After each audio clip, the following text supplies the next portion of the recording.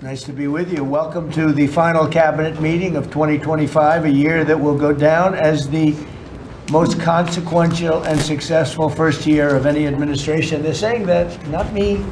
Oh, I say it too, actually. A lot of people are saying it. And a lot of that is thanks to the men and women in the cabinet. With the new and improved cabinet room, I might add. We took pictures down from the vaults. We have vaults downstairs with lots of pictures that haven't been exposed to the world for, in many cases, over 100 years. We brought them up, and we're using them as they should be used. But the cabinet room looks beautiful, like it should now. The Oval Office looks beautiful, like it should. It was not. It was like the rest of the country. It was in disrepair. 1 year ago, our country was dead, and said to me by many leaders, we had a dead country. Now we have the hottest country anywhere in the world. It's true. The hottest country anywhere in the world. Think of that. In 4 long years of the Biden administration, there were just $1 trillion of new investments in the United States in 10 months. We've secured commitments of over $18 trillion. So they had, in 1 year, less than $1 trillion. That's in a period of 4 years. Think of it, 4 years they had less than $1 trillion. In 10 months we have more than $18 trillion. Is that right, Scott? It's even going to be higher than that. It'll be higher by and going up. Sir. And we're waiting for the Supreme Court case, and it's so important and so vital for this country because we're not only respected again, we're putting out wars by our trade policies, and we're taking in hundreds of billions of dollars, and our country is wealthy again and secure again, and it's part of national security, and I hope that goes well. I think it's very important, but think of the number. We're going to be over $18 trillion in 10 months, and which is a record times probably 8 or 10 times, I think more than that, for any country. There's never been a country that's had that kind of an investment ever in history. And there's never been a country that's had half of that. It's a tremendous thing that's taking place. We have companies moving in from all over the world, from Mexico, from Canada, from Europe, from China, from Japan a lot. We just had Toyota is going to spend $10 billion, they just announced, on building new plants in this country. Our workers, they're going to be our workers, but they're spending a tremendous amount. So the stock market has set 46 all-time highs. And this last Friday, which is called Black Friday, was the biggest ever online sales that there's ever been by a lot. More Americans are working today than at any time in the history of our country. I mean, these are the facts we have to get out. And, you know, there's this fake narrative that the Democrats talk about, affordability. They just say the word. It doesn't mean anything to anybody. You just say it. Affordability. I inherited the worst inflation in history. There was no affordability. Nobody could afford anything. The prices were massively high. Do you remember when we took over eggs? You did a great job on that, Madam Secretary. Agriculture, Brooke. Eggs were 4 or 5 times higher than they had ever been. They said don't order eggs for Easter at the White House. And we ended up doing it, and we got the egg prices way down, lower than what they were before. But the word affordability is a con job by the Democrats. They say affordable. I watched the other day where some very low IQ congresswoman talked about affordability. She had no idea. Their prices were much higher. As an example, energy, gasoline, we're now at about $2.50 a gallon. We're going to be, I think, at $2 a gallon. We could even crack that at some point. I'd love to do it.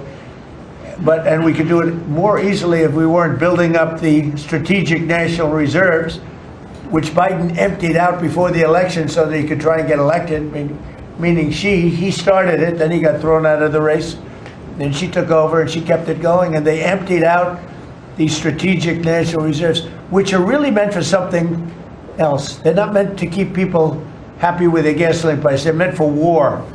They're meant for problems, big problems. He emptied it out, and then she continued it during the process of trying to get elected. Didn't work out too well for him. And they virtually brought it down to the lowest level, I believe, in history. And it didn't have much of an impact because the prices were very high. But our prices now for energy, but for gasoline are really low. Electricity's coming down. And when that comes down, everything comes down. But the word affordability is a Democrat scam. They say it, and then they go on to the next subject. And everyone thinks, oh, they had lower prices. No, they had the worst inflation in the history of our country. Now, some people will correct me, because they always love to correct me, even though I'm right about everything. But some people like to correct me, and they say 48 years. I say it's not 48 years, it's much more. But they say it's the worst inflation that we've had in 48 years. I say ever. But whether it's 48 years or ever, it's pretty bad. We had the worst inflation that we've ever had. Since last January, we've stopped inflation in its tracks. And there is still more to do. There's always more to do, but we have it down to a very good level. It's going to go down a little bit further. You want to have a little tiny bit of inflation, otherwise that's not good either. Then you have a thing called deflation. And deflation can be worse than inflation. But we have it almost, we'll soon be at a perfect level, but we inherited the worst inflation. But we have 20 states that are now selling gasoline at less than the $2.75, think of that, $2.75, and it was at $5 under Sleepy Joe. Grocery prices are down with the cost of Thanksgiving turkey this year down 33%. It was lower than 33% lower than under the Biden administration. Egg prices are way down 86%, thank you. And mortgage rates, despite the fact that we have an incompetent chairman of the Fed, a real dope, who should reduce rates. I saw even Jamie Dimon said he should be reducing rates. I never saw Jamie Dimon say that. I wonder why he said that. But he really said it because he's right. But we have a guy that's just a stubborn ox who probably doesn't like your president, your favorite president. But they're going to be coming down. We'll be announcing somebody probably early next year for the new chairman of the Fed. I talked to Scott about taking the job, but he doesn't want it. You got the greatest job here. Yes, sir. Right? He said, no, I want to stay chairman. I want to stay right where we are, Treasury. And I think we're doing really great, aren't we? Yeah? We're doing great, sir. It's a great team to be part of. Yeah, no, it's amazing. Under my executive order to lower prescription drug prices, which I think is the single biggest thing we've ever done that nobody writes about because you're fake news. I've made unprecedented deals along with Bobby and Oz and all of the people that work on it. A lot of people that you wouldn't even think work on it, but they do, to slash drug prices by 200%, 300%, 400%, 500%, 600%, 700%, 800%. Nobody's ever heard of it before because I instituted favored nations and no nation agreed to do it. And then I said to the nations, if you're not going to do it, I'm going to charge you 100% tariff, which is more money than we're talking about. And they said, sir, we'd love to do it. Please, we would be honored to do it. And they agreed that they would go along with the whole thing. Nobody thought you could do it because they felt, number one, you couldn't get the drug companies to do it. So we're paying, as an example, for the, let's call it the fat drug, F-A-T, for fat people. Anybody use it at the table? Don't ask. But the fat drug was $135. Think of that. For certain people, $1,300 for certain countries, $1,300 in New York. So in New York it was $1,300, and in London it was $135. And a friend of mine called me, he said, what is this? Why is it? He got used to paying $1,300. Well, now what we have it down to is, Bobby, what's the number? Like 150 or something? We have it down to a low number, don't we? Yeah, it's around 100, 125, 150. Think of that. So we got it down from $1,300 to $125 to $140, depending on various countries. In other words, we're paying the lowest price, tied for the lowest price in the world. It's, people said you could never do that. because you couldn't get the countries to agree to it. I did. Every country agreed to it because I said, if you're not going to agree to it, that's okay, I'm going to charge you tariffs. And as soon as I said that, they said, we agree. And then we had to be a little tough with the drug companies, but they came along. The bigger problem was the countries. The countries just wouldn't go along with it, but they did. Every country.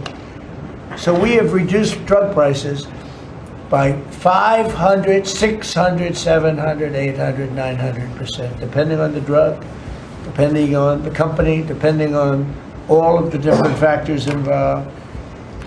Nobody's ever even thought of drug reductions like that, price reductions. And I told you the story that in my first term, I was so proud of myself because I reduced drugs. It was the first time in 28 years that drug prices were reduced. It was 1/4%.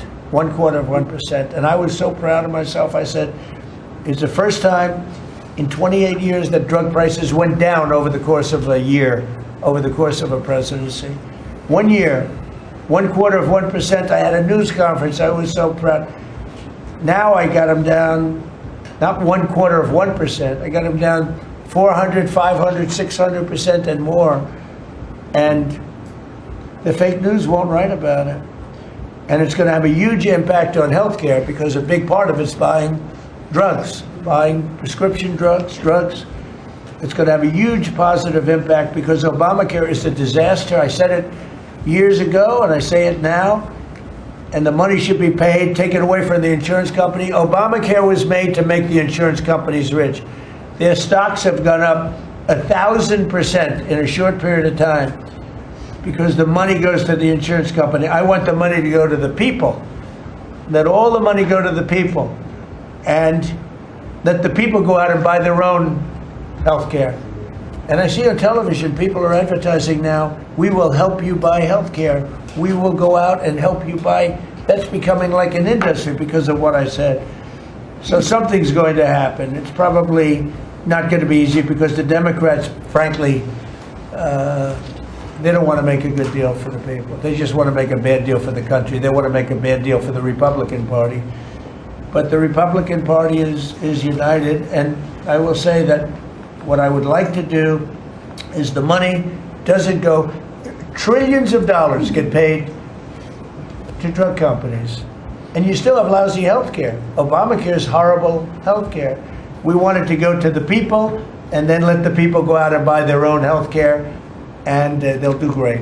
They'll do great. So we're negotiating that now with the Democrats. Well, congressional Democrats want the largest tax hike in history. I proudly signed the largest tax cuts in American history with the Great Big Beautiful Bill.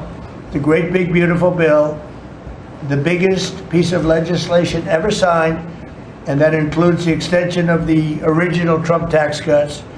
But it's the biggest tax cut ever signed, and it includes no tax on tips, no tax on overtime, and no tax on Social Security. Nobody's ever seen anything like it, so think of that. And in addition, you get, if you buy a car, this is great for our car industry because we have a lot of car plants. We're bringing back the automobile business. 60% of it was stolen because we had incompetent presidents or incompetent trade people. But 60% of it was stolen over the years, and now I think we're bringing it all back. I think we'll be bigger than we've ever been in the auto business. That's not even to mention AI, where we're leading China. You know, we're leading China by a lot. They're not going to catch us. We have to be smart, but if we're smart, they're not going to be able to catch us. They know that.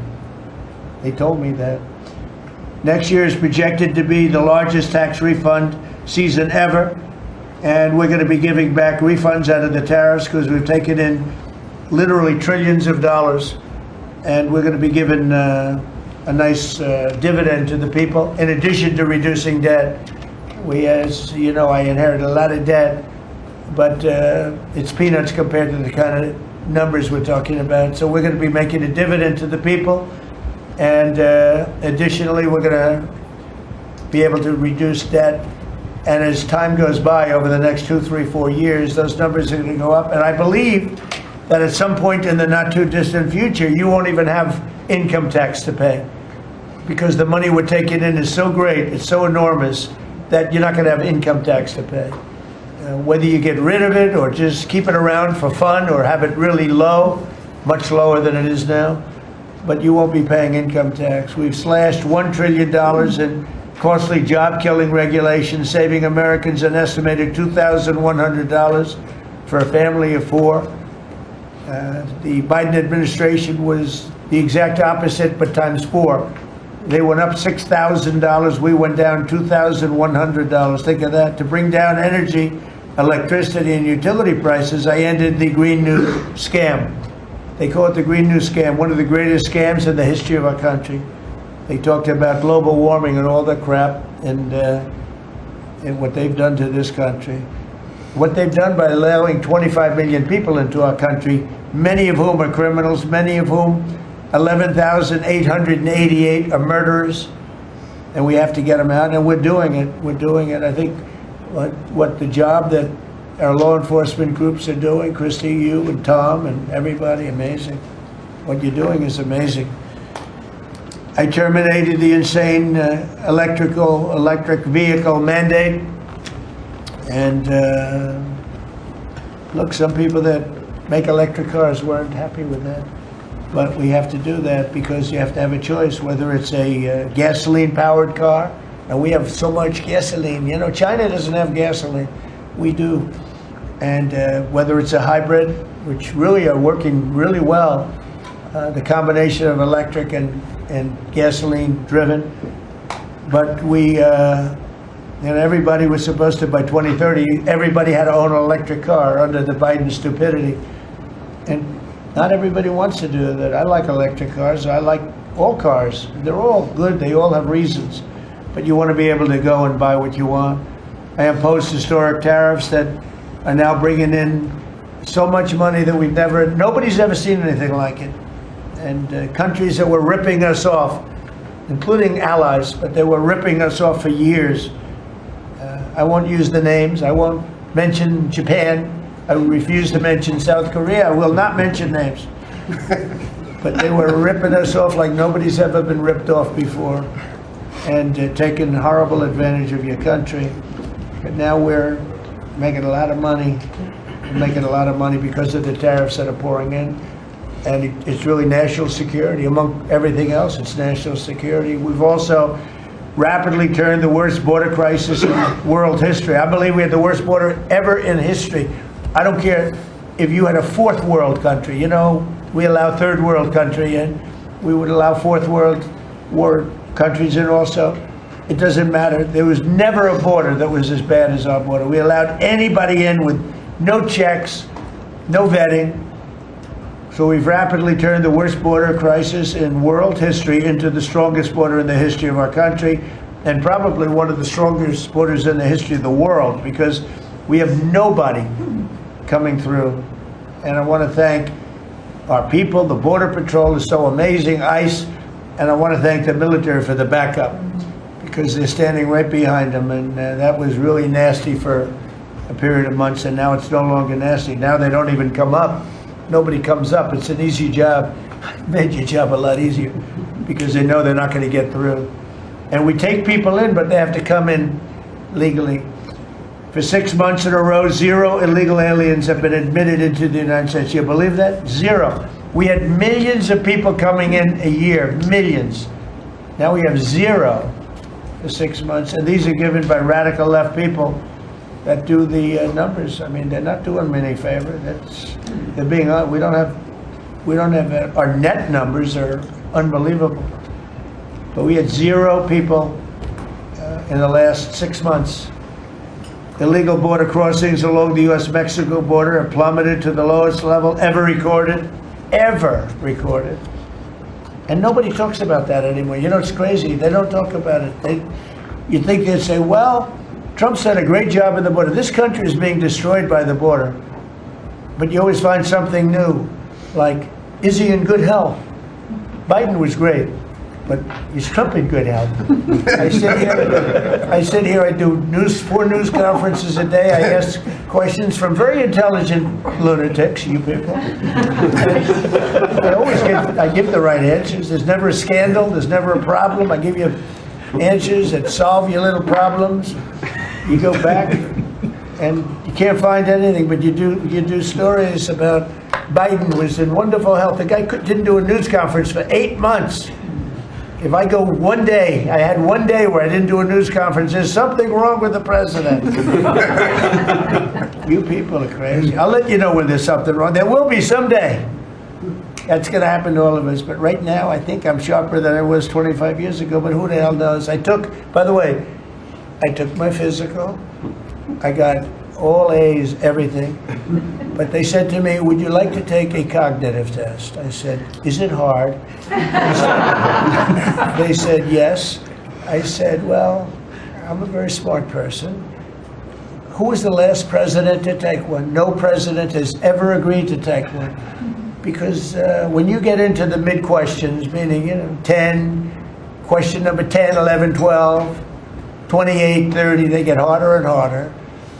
And they said, would you like to do it? I said, well, no reason to do it. Nobody's ever done it. I'll do it maybe, but there's really no reason. They said, sir, the problem is this is Walter Reed Hospital.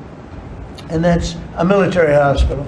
And that means that things are, sort of open. It's not like private where you have, if you do poorly, we'll have to, probably you'll find out. I said, I won't do poorly. I'm a smart person, not a stupid person.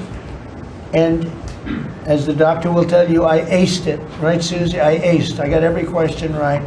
And these are tough questions. These are questions that I would say 99% of the people that I'm talking to right now, meaning the people from the fake news, would not do well in those exams. But I'm the only one that took it. I got every single question right. And then I read in the New York Times, is Trump sharp? Trump is sharp, but they're not sharp. That's why they're going out of business, the New York Times. I hear that they're losing so much money, it's ridiculous. They're a bunch of fakers. But we can never let another thing happen like what happened to us with a fake election, with a rigged election, where a guy like Joe Biden assumes the presidency. Because the man was grossly incompetent. And he was incompetent 30 years ago. But he was really incompetent for those last few years, and our country was put at great danger because of it. So for 6 months in a row, we had 0 people. Illegal border crossings along the U.S.-Mexico border have plummeted to the lowest level ever. Think of that. And the net benefit to our country is enormous, incalculable. America is strong and respected again. On the world stage, we're really respected. In fact, I went to a NATO and they were calling me the president of Europe. We're doing very well. We have a lot of respect. As you know, we have a problem with a war that our people are trying to settle now with Russia and Ukraine.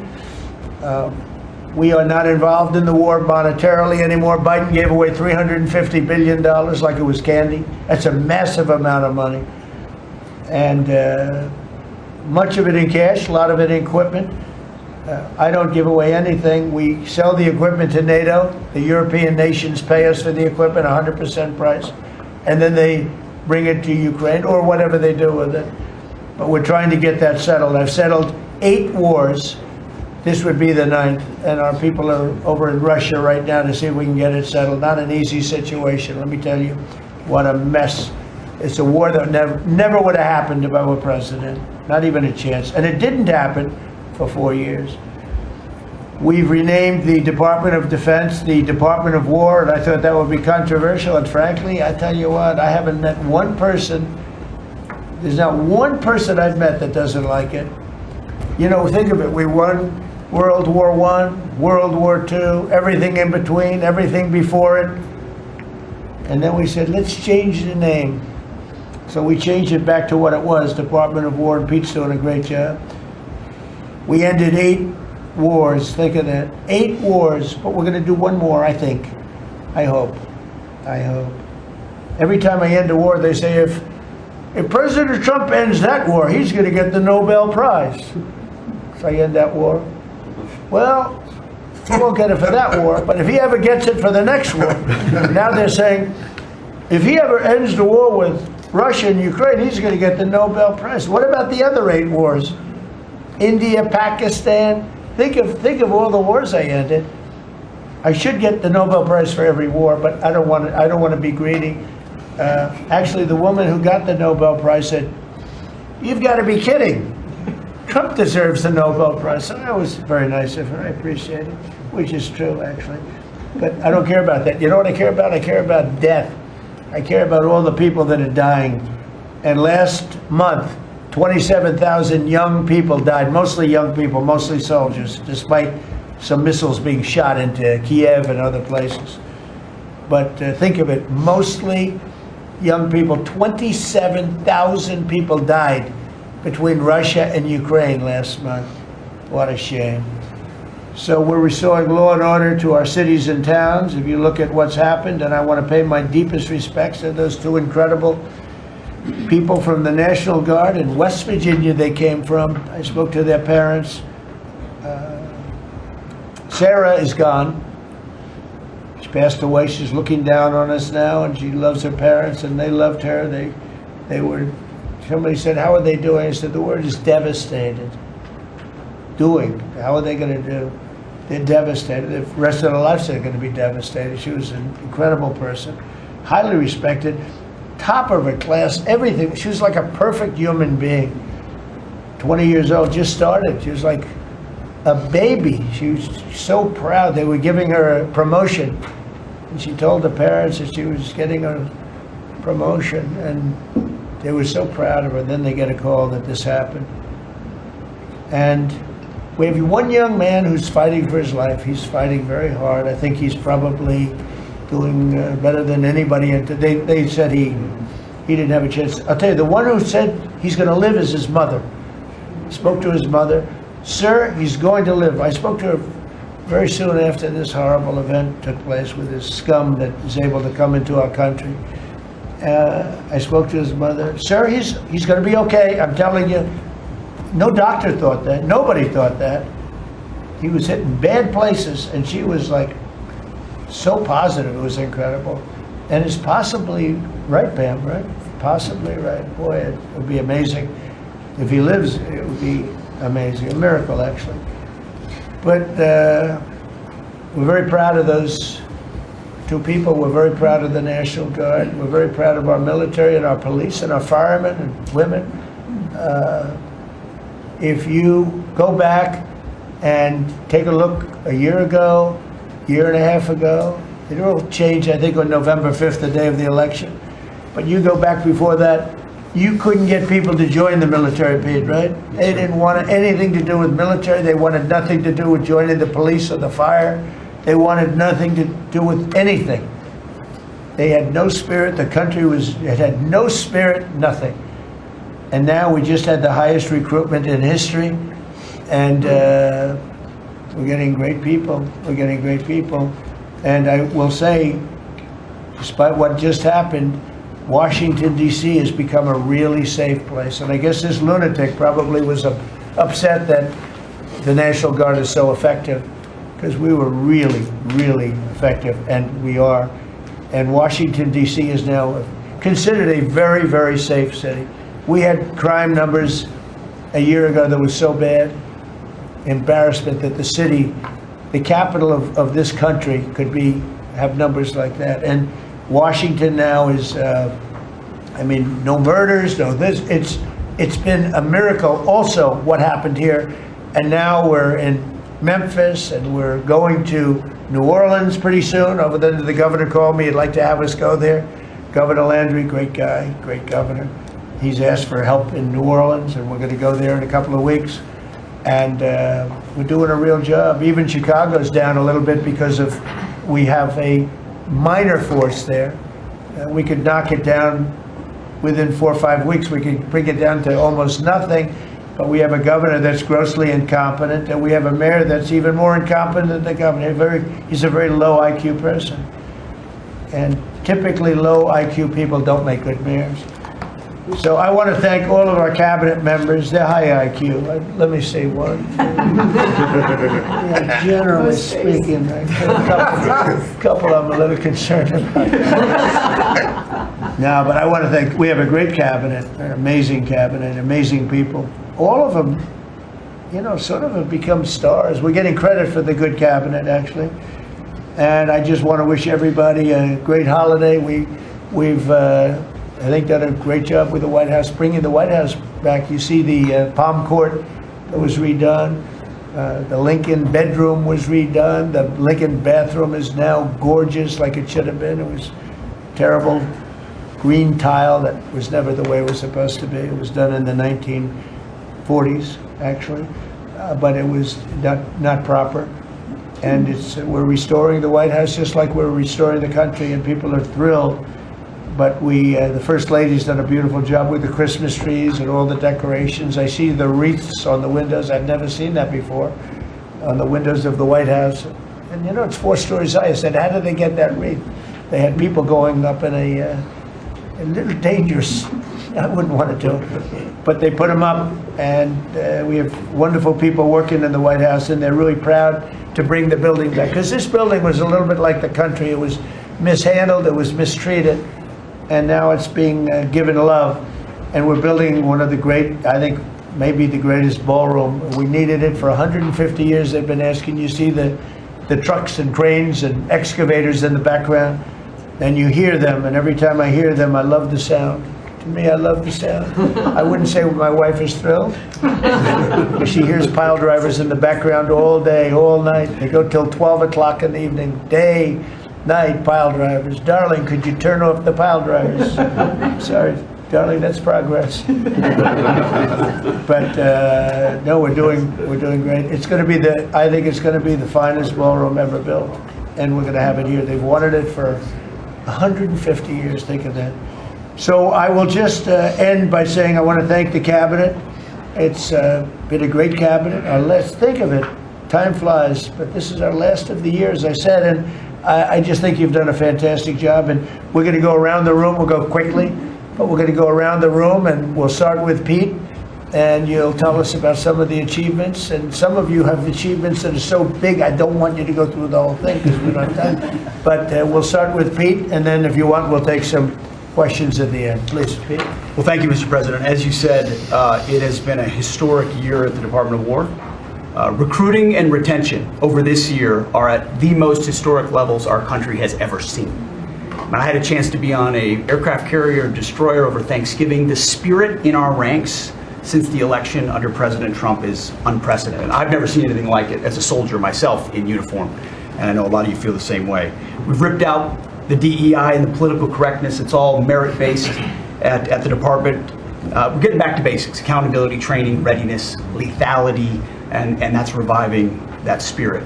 And Mr. President, we're rebuilding the military, historic investments. I just took briefings on the Golden Dome and F-47, next generation capabilities that are going to make sure that for generations to come, America has the most powerful, most capable, most lethal military in the world, which you have rebuilt once and we're rebuilding again. And then we're reestablishing deterrence and credibility. If you look at what happened, we deal with every day the outcome of what happened in Afghanistan, the debacle under Joe Biden. We just dealt with it in the streets of Washington, D.C. with those 2 National Guardsmen. And then what happened on October 7th with Hamas, what happened in Ukraine, a war that never would have started under President Trump. We're having to rebuild that. So whether it's freedom of navigation and taking the fight to the Houthis, whether it's Midnight Hammer, those beautiful B-2s going 37 hours back and forth, undetected, delivering with precision, and Iran not getting nuclear capabilities, Europe and NATO stepping up to 5%, locking down our southwest border. It's been an honor to work with Christy and Tom and everyone else down there to lock it to 0, operational control of our border. And then it's getting after and going after narco-terrorists and designated terrorist organizations in our own hemisphere. As I've said, and I'll say again, we've only just begun striking narco boats and putting narco-terrorists at the bottom of the ocean because they've been poisoning the American people. And Joe Biden tried to approach it with kid gloves and allowed them to come across the border. Cartels take over community, 20 million people, hundreds of thousands of Americans poisoned. And President Trump said, no, we're taking the gloves off. We're taking the fight to these designated terror organizations, and it's exactly what we're doing. So we're stopping the drugs, we're striking the boats, we're defeating narco-terrorists, and we're standing... And you may say one thing, that drugs coming in through the sea by sea are down 91%. And I don't know who the 9% is. I'm not sure either, sir. But down 91% by sea. We've had a bit of a pause because it's hard to find boats to strike right now, which is the entire point right? Deterrence has to matter, not arrest and hand over and then do it again, the rinse and repeat approach of previous administrations. This is meant to get after that approach. And I will just end by saying, as President Trump always has our back, we always have the back of our commanders who are making decisions in difficult situations, and we do in this case and all these strikes. They're making judgment calls and ensuring that they defend the American people. They've done the right things. We'll keep doing that, and we have their backs, Mr. President. Good job. Thank you very much. Howard? So we set out to stop the ripoff of the United States of America. This is about global change of trade. We've been ripped off since 1945 when we set this policy. So we set out, and together with my partners, Jameson Greer and Scott Bessent, we set out to change that. So we started, the first one was the UK deal, right? We asymmetric, they pay us 10%, and we get charged nothing. That allows us to export, and that began the process. Then we did the biggest, the European Union, 450 million people, $20 trillion economy. They completely opened their borders to us, and we charge them 15%. That makes America $100 billion a year and turns it back to where our economy is the best. And so it proved that President Trump's trade agenda was the right trade agenda. Then we go to Japan and Korea. They offer us $750 billion in cash to build in America at the president's direction. And we're going to start, as an example, nuclear. Right? We need to have a nuclear arsenal in America of power, the generation of power. So we're going to build hundreds of billions of dollars, financed by the Japanese and the Koreans, meaning they give us the money, we build it here, and we split the cash flow 50-50. We're going to build ships, $150 billion worth of ships in America. That changes the way things work. Right? After those trade deals, then you go to how are we going to reshore? Right? Let's start talking about the auto industry, right? We've been competed against by Koreans, the Japanese, the Europeans. We're kicking our tail. President Trump changed it. 25% tariffs, bring it all home. This year, General Motors stock up 40%, Ford up 34%, and on the same day that we announced we had set all the tariffs, Sean Fain, the head of the United Auto Workers, called and said, I can't believe I'm calling a Republican Secretary of Commerce to tell the president that this is the greatest administration for auto workers in America. Stocks up and auto workers up. That proves that President Trump understands how to take care of the whole ecosystem, both the companies and, more importantly, the people who work there. Semiconductors. Right? We didn't build any. The Biden CHIPS Act was a $60 billion giveaway. Right? We've now turned that. $300 billion is committed to America. That's going to go up to $750 billion in the next 60 days. Right? And then you go to pharmaceuticals. Right? $250 billion being invested in America, and then working together with Bobby Kennedy, right? Pounding away on that MFN, working together as a joint team. They're coming to over $250 billion and cutting prices in half. We did the golden share of U.S. Steel to make sure the Mon Valley is protected. Intel gave us 10% of the company, make tens of billions of dollars, right? And the last thing I will say is a year ago today, I was working on transition with President Trump, right? To build the greatest cabinet ever for the greatest president ever. And I, as I sit here today, I can't be more proud of how you did it, sir. You've created the greatest cabinet. It is a joy to be at this table. You know, one thing we will mention, so they came to see me from Intel, and they had a problem. I said, look, we'll fix your problem, but I think the United States is entitled to 10% of your company. And the chairman looked at me and he goes, you have a deal. Tell them, how much money have we made since I made that deal? It's only $40 billion. 40 billion. We made $40 billion. That was, what, 3 months ago? Does anybody write about it? Nobody writes about it. That's okay. Mr. Secretary, how we doing with transportation? Well, Mr. President, so just quickly on aviation, many of you have heard that we have an infrastructure made of copper. We have to transition to fiber. The last administration said it was going to take more than 10 years to complete the transition from copper to fiber. They had no plan to actually do it. We have already completed a third of this transition from copper to fiber. Now it's going to take longer for us to go from analog to digital. By the way, the rest of the world transitioned 20 years ago from analog to digital. We are just going to do that at the FAA right now, but we're buying new radios.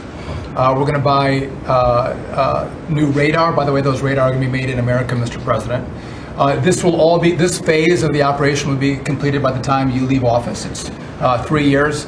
I do need another $20 billion, Congress, to start the second phase, which is really important, and we'll try to get that done also in that 3-year time period, but we need the money, critically important. With regard to commercial driver's license, I think we've covered a lot the crashes that have taken place around the country. And what we found is there have been states that have issued commercial driver's license to foreigners, and they've gone through sham schools, and they're not safe on American roadways. And so, in partnership with Secretary Noem, we have driven those numbers down. We got California, Gavin Newsom, to revoke 17,000 unlawfully issued licenses. We've closed down half of the fake schools that give out these fake licenses, all critically important.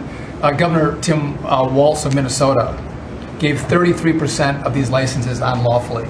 People that should never have a driver's license driving a big rig on American roads, endangering the American people, shameful.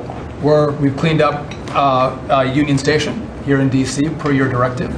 We're going to rebuild Penn Station in New York. We're going to break ground at the end of 2027, get that project operational. And, Mr. President, a lot of us, I fly commercially, I fly back by the bathrooms. I don't know why that happens. They put me in the back. We've asked Americans to bring their better selves, to bring civility back to travel, to say, listen, let's say please and thank you. And if you have someone's pregnant on your flight and you're as strong as Pete is, well, pick up the bag and help her put it in the overhead bin. Let's be nice to each other, is what we've asked. Maybe not wear pajamas or slippers on the airplane. And I think it's been received fairly well, and I think we can all have a better travel experience when we do that. And just the last point I'll make is there was a big football game where the Merchant Marine Academy that falls under DOT actually beat the Coast Guard with Kristi Noem. We beat them by 1 point, and so we're very proud of that. And, so well done, Kings Pointers. So a little bit in a nutshell, we're rebuilding the air traffic control under boot edge. It's supposed to be boot edge.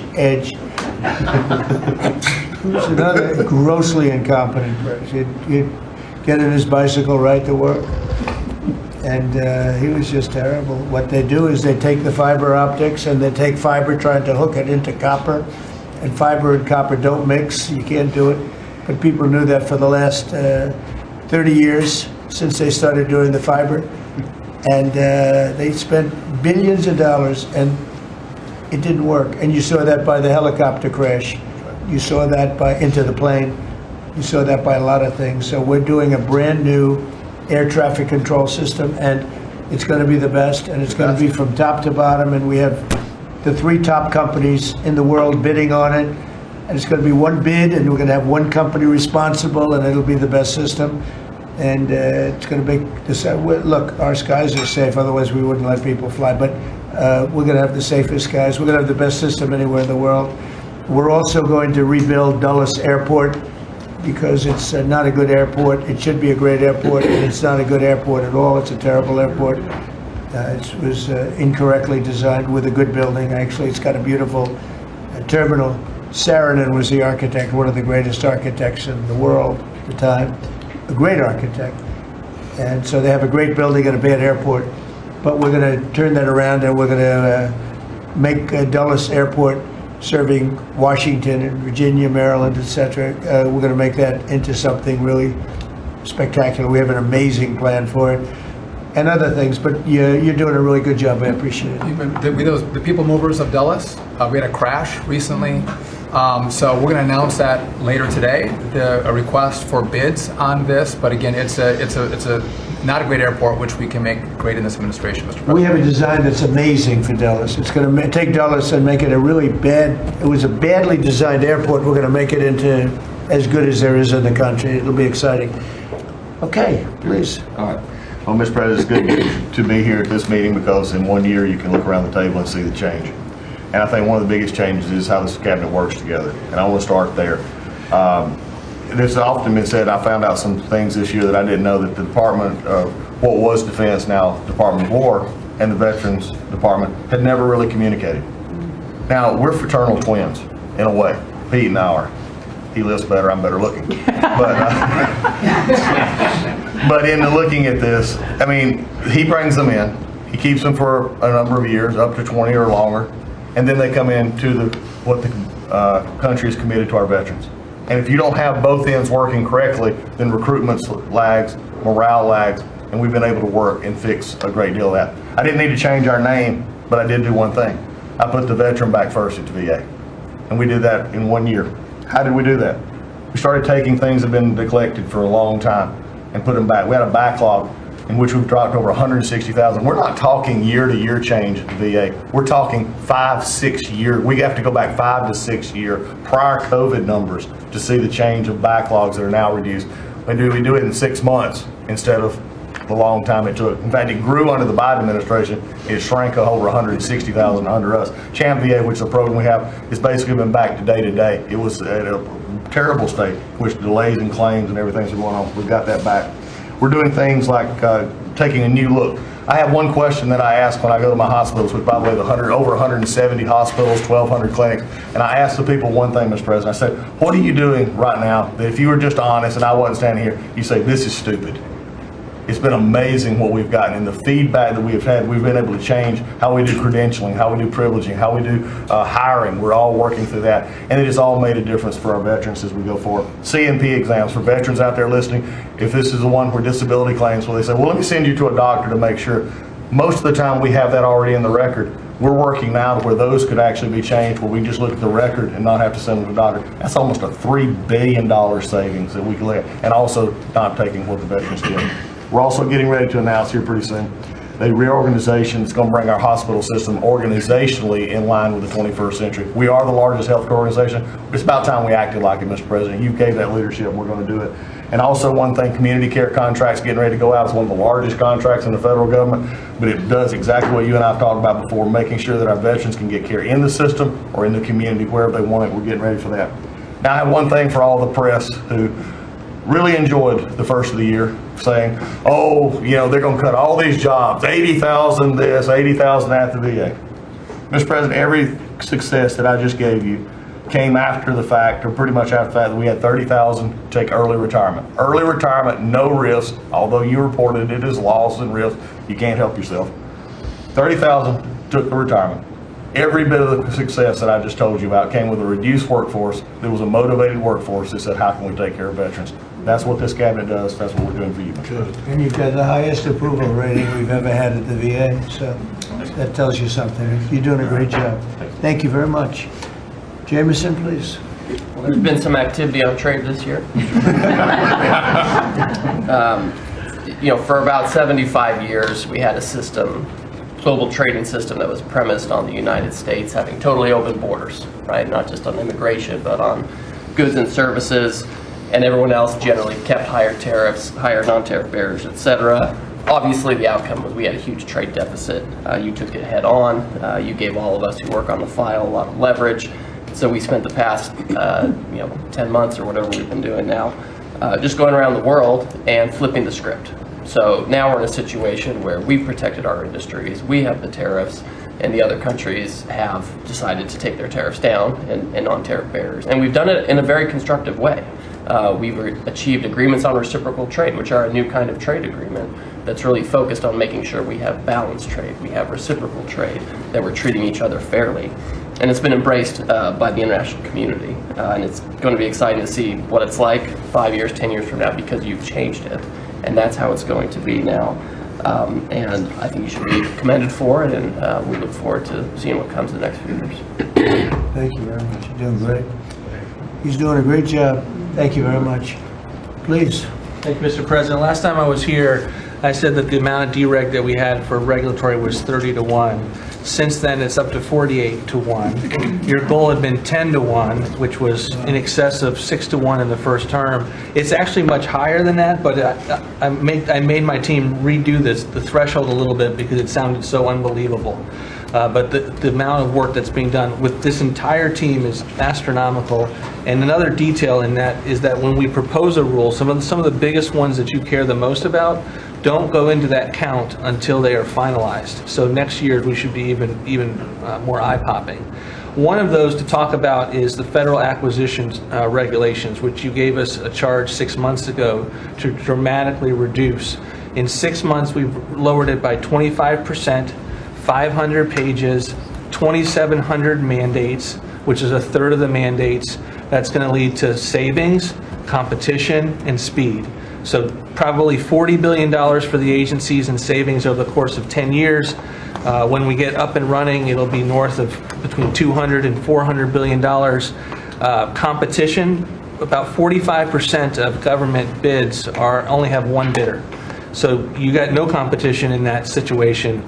That will now change, and then we're just getting faster, months, and hopefully we turn it into years, which means you all around this table can buy things that you need quickly, and that you have better vendors to come, many of them small businesses who want to participate in the federal procurement process. So making all sorts of improvements on that front is very exciting. Thank you, Mr. President.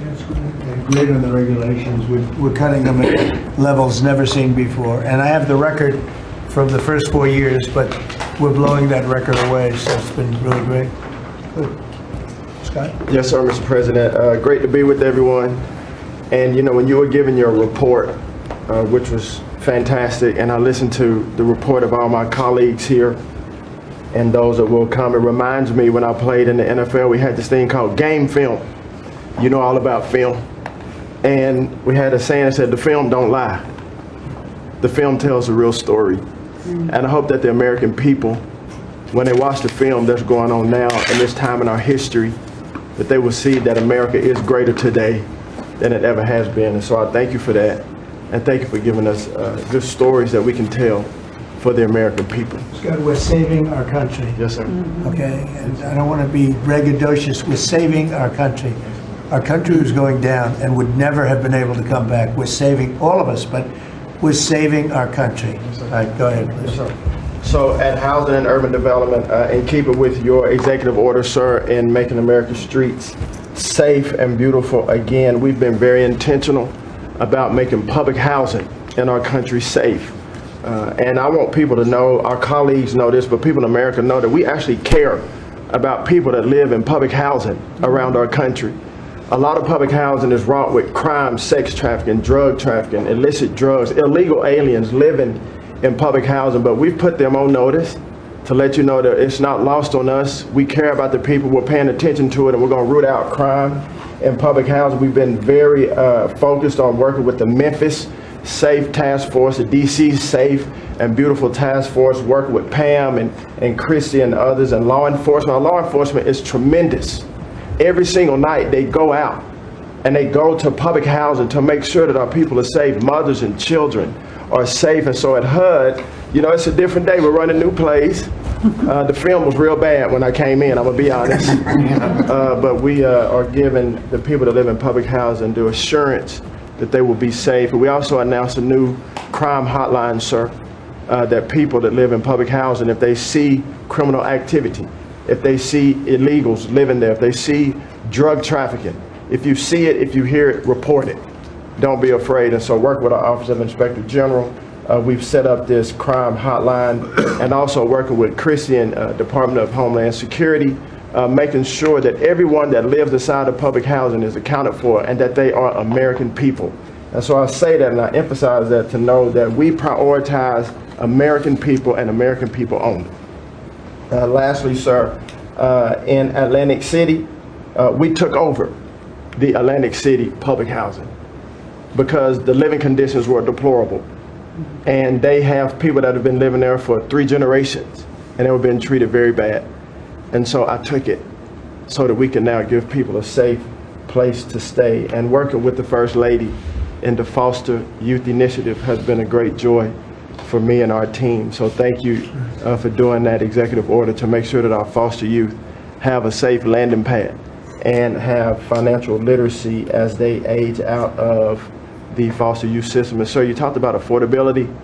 HUD has supported over 1 million Americans in home ownership and affordability, and over 560,000 are first-time home buyers. So I hope that the press will write about that good news, that 1 million people are able to own a home and to refinance their homes. And sir, we are moving our building from DC to Alexandria, Virginia. So thank you for your support. We're going to save the American people about $500 million.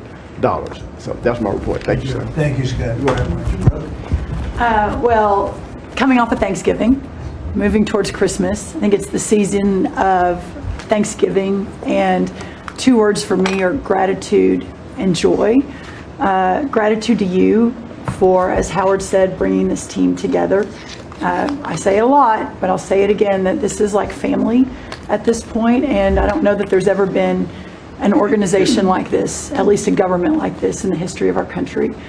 These jobs are hard, but the joy every day in getting to fight for America and save the country is the privilege of all of our lifetimes, I believe. So thank you for that.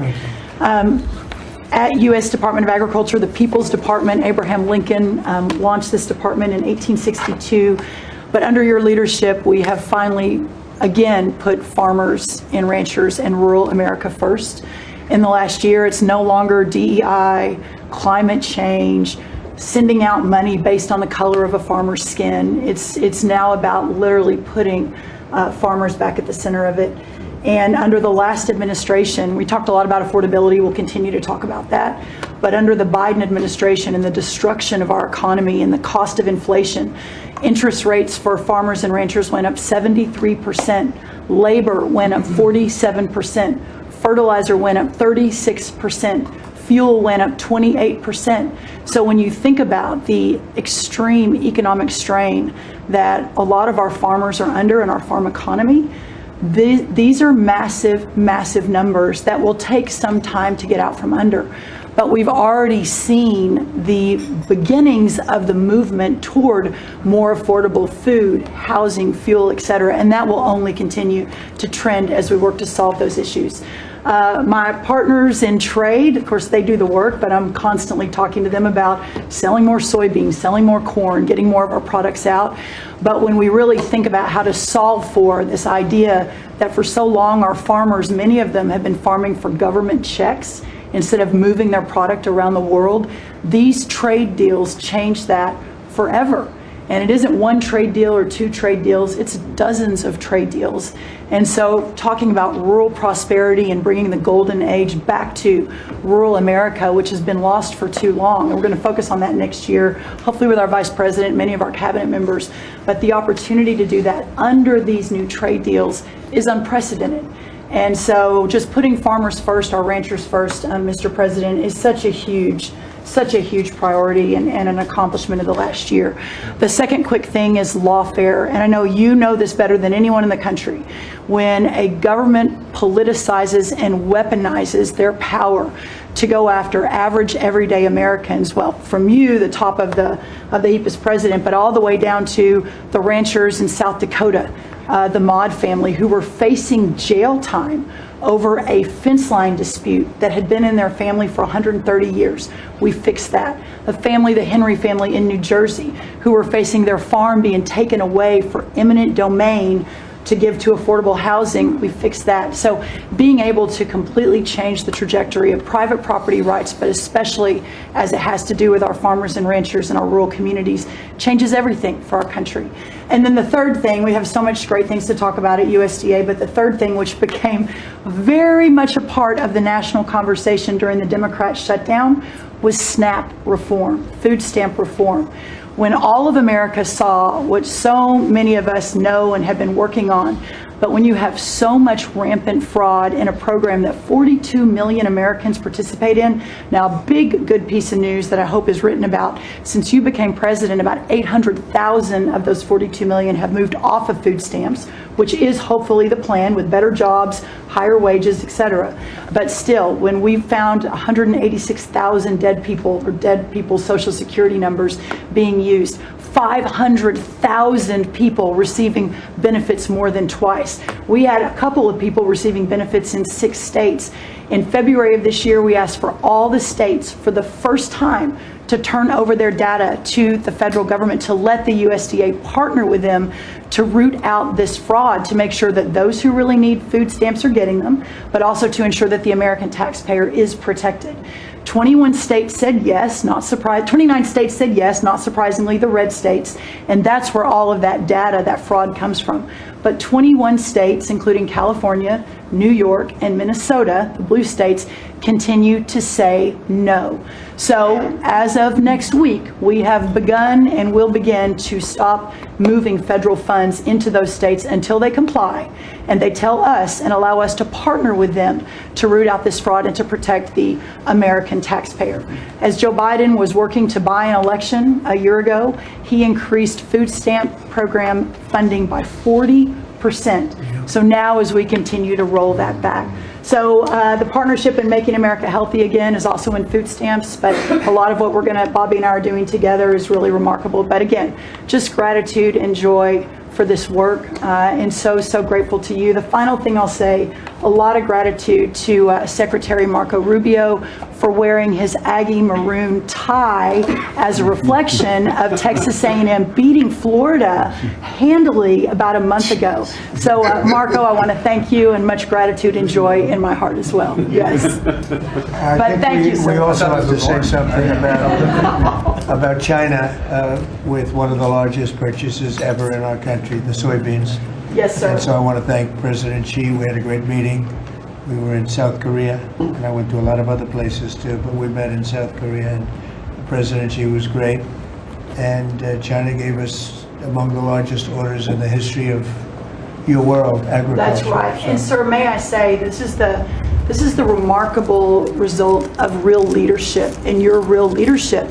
Just a couple of days ago, China announced that they were going to halt all purchases from Brazil because they had found some irregularities in some of the soybeans they're buying from Brazil.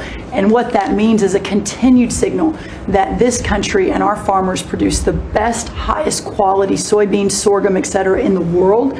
And what you've been able to do is open those markets up and again, move toward an era where our farmers are not so reliant on government checks, but they have the markets to sell their product. Having said that, we do have a bridge payment we'll be announcing with you next week, as we're still trying to recover from the Biden To help years. That's That's right. right. To help the farmers. We're That's going to help right. the farmers. They did not help the farmers. That's right. Thank you very much. Thank you, sir. Scott?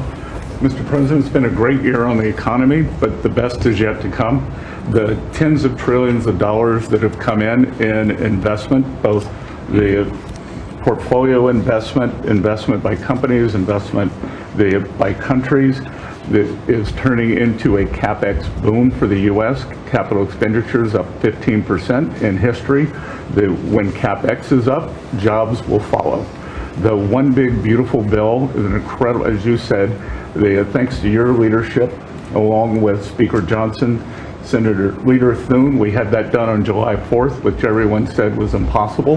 And the great thing about that bill, sir, for the American people, it's for industry, 100% expensing, build your factory here, you can write it off immediately, but you also insisted on the 4 benefits for working people: no tax on tips, no tax on overtime, no tax on Social Security, auto deductibility for American cars, and that is retroactive. So as a result, in 2026, we are going to see very substantial tax refunds in the first quarter. So the best way to address the affordability crisis is to give Americans more money in their pockets, which is what this bill has done. We're going to see real wage increases. I think next year is going to be a fantastic year. Taxes, deregulation, energy certainty. That's why everyone with your leadership is coming to America. Bond market had its best year since 2020. Everyone said couldn't be done. So we're going to have growth. We've had 2 4% quarters before the Schumer shutdown. We're going to go back to that. So not only are we going to have great growth, but it's going to be low inflationary growth. And stock market obviously is following, but next year is going to be the year for Main Street as all this kicks in. And you came in, immigration, I called it the 3 I's, immigration, interest rates, and inflation, that were killing the American people. Closed the border, the promise kept. Interest rates are down, and 10-year bond, again, best year since 2020, and inflation led by energy prices is going to roll next year. I think it's going to be a fantastic year. That we can look back, be very proud of this year, but I think 2026 is going to be great for the American people, thanks to you. It's going to be great. Thank you very much. Mr. Vice President. Thank you, Mr. President. It's an honor to serve with this great team that you've assembled. And I just want to pick up on something you said, Mr. President, because you hit the nail on the head. That it is absurd that Democrats talk about an affordability crisis that they created and the people around this table work every single day to address. You'll hear a lot of statistics today. You hear a lot of statistics in our political conversation. I think the most important statistic for the American people is that under the Biden administration, the average American family lost over $3,000 of household income. And under the first 10 months of this Trump administration, they have gained over $1,000 of household income. What that says very clearly is that we are fixing the problem that Joe Biden and the Democrats created in the last administration. If you look at every affordability crisis that's confronting the American people today, it is traceable directly to a problem caused by Joe Biden and congressional Democrats. Why did homes get so unaffordable? Because we had 20 million illegal aliens in this country taking homes that ought by right go to American citizens. Why did tax bills get so unaffordable? Because Democrats were raising taxes while congressional Republicans under the president's leadership, we're now cutting taxes. Why did food get so expensive? Because we printed trillions of dollars and threw it into green scams that made our agricultural economy suffer while Americans were paying higher prices for food. On every single one of those issues, Mr. President, I think we've made incredible progress, but it would be preposterous to fix every problem caused over the last 4 years in just 10 months. I think that we've done incredibly good. But what I see over the next year, and you heard Brooke talk about joy and gratitude, what I really think this season represents for me, and I think for the entire administration, is that we have now done incredible work to fix what Joe Biden broke. And I think the next year in American growth and American prosperity could be the best year that we've had in the United States of America.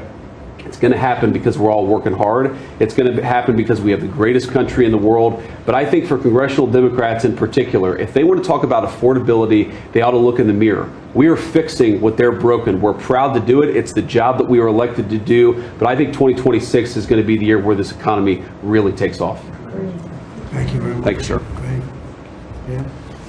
President Trump, thank you for talking about Sarah. Heartbreaks for her family.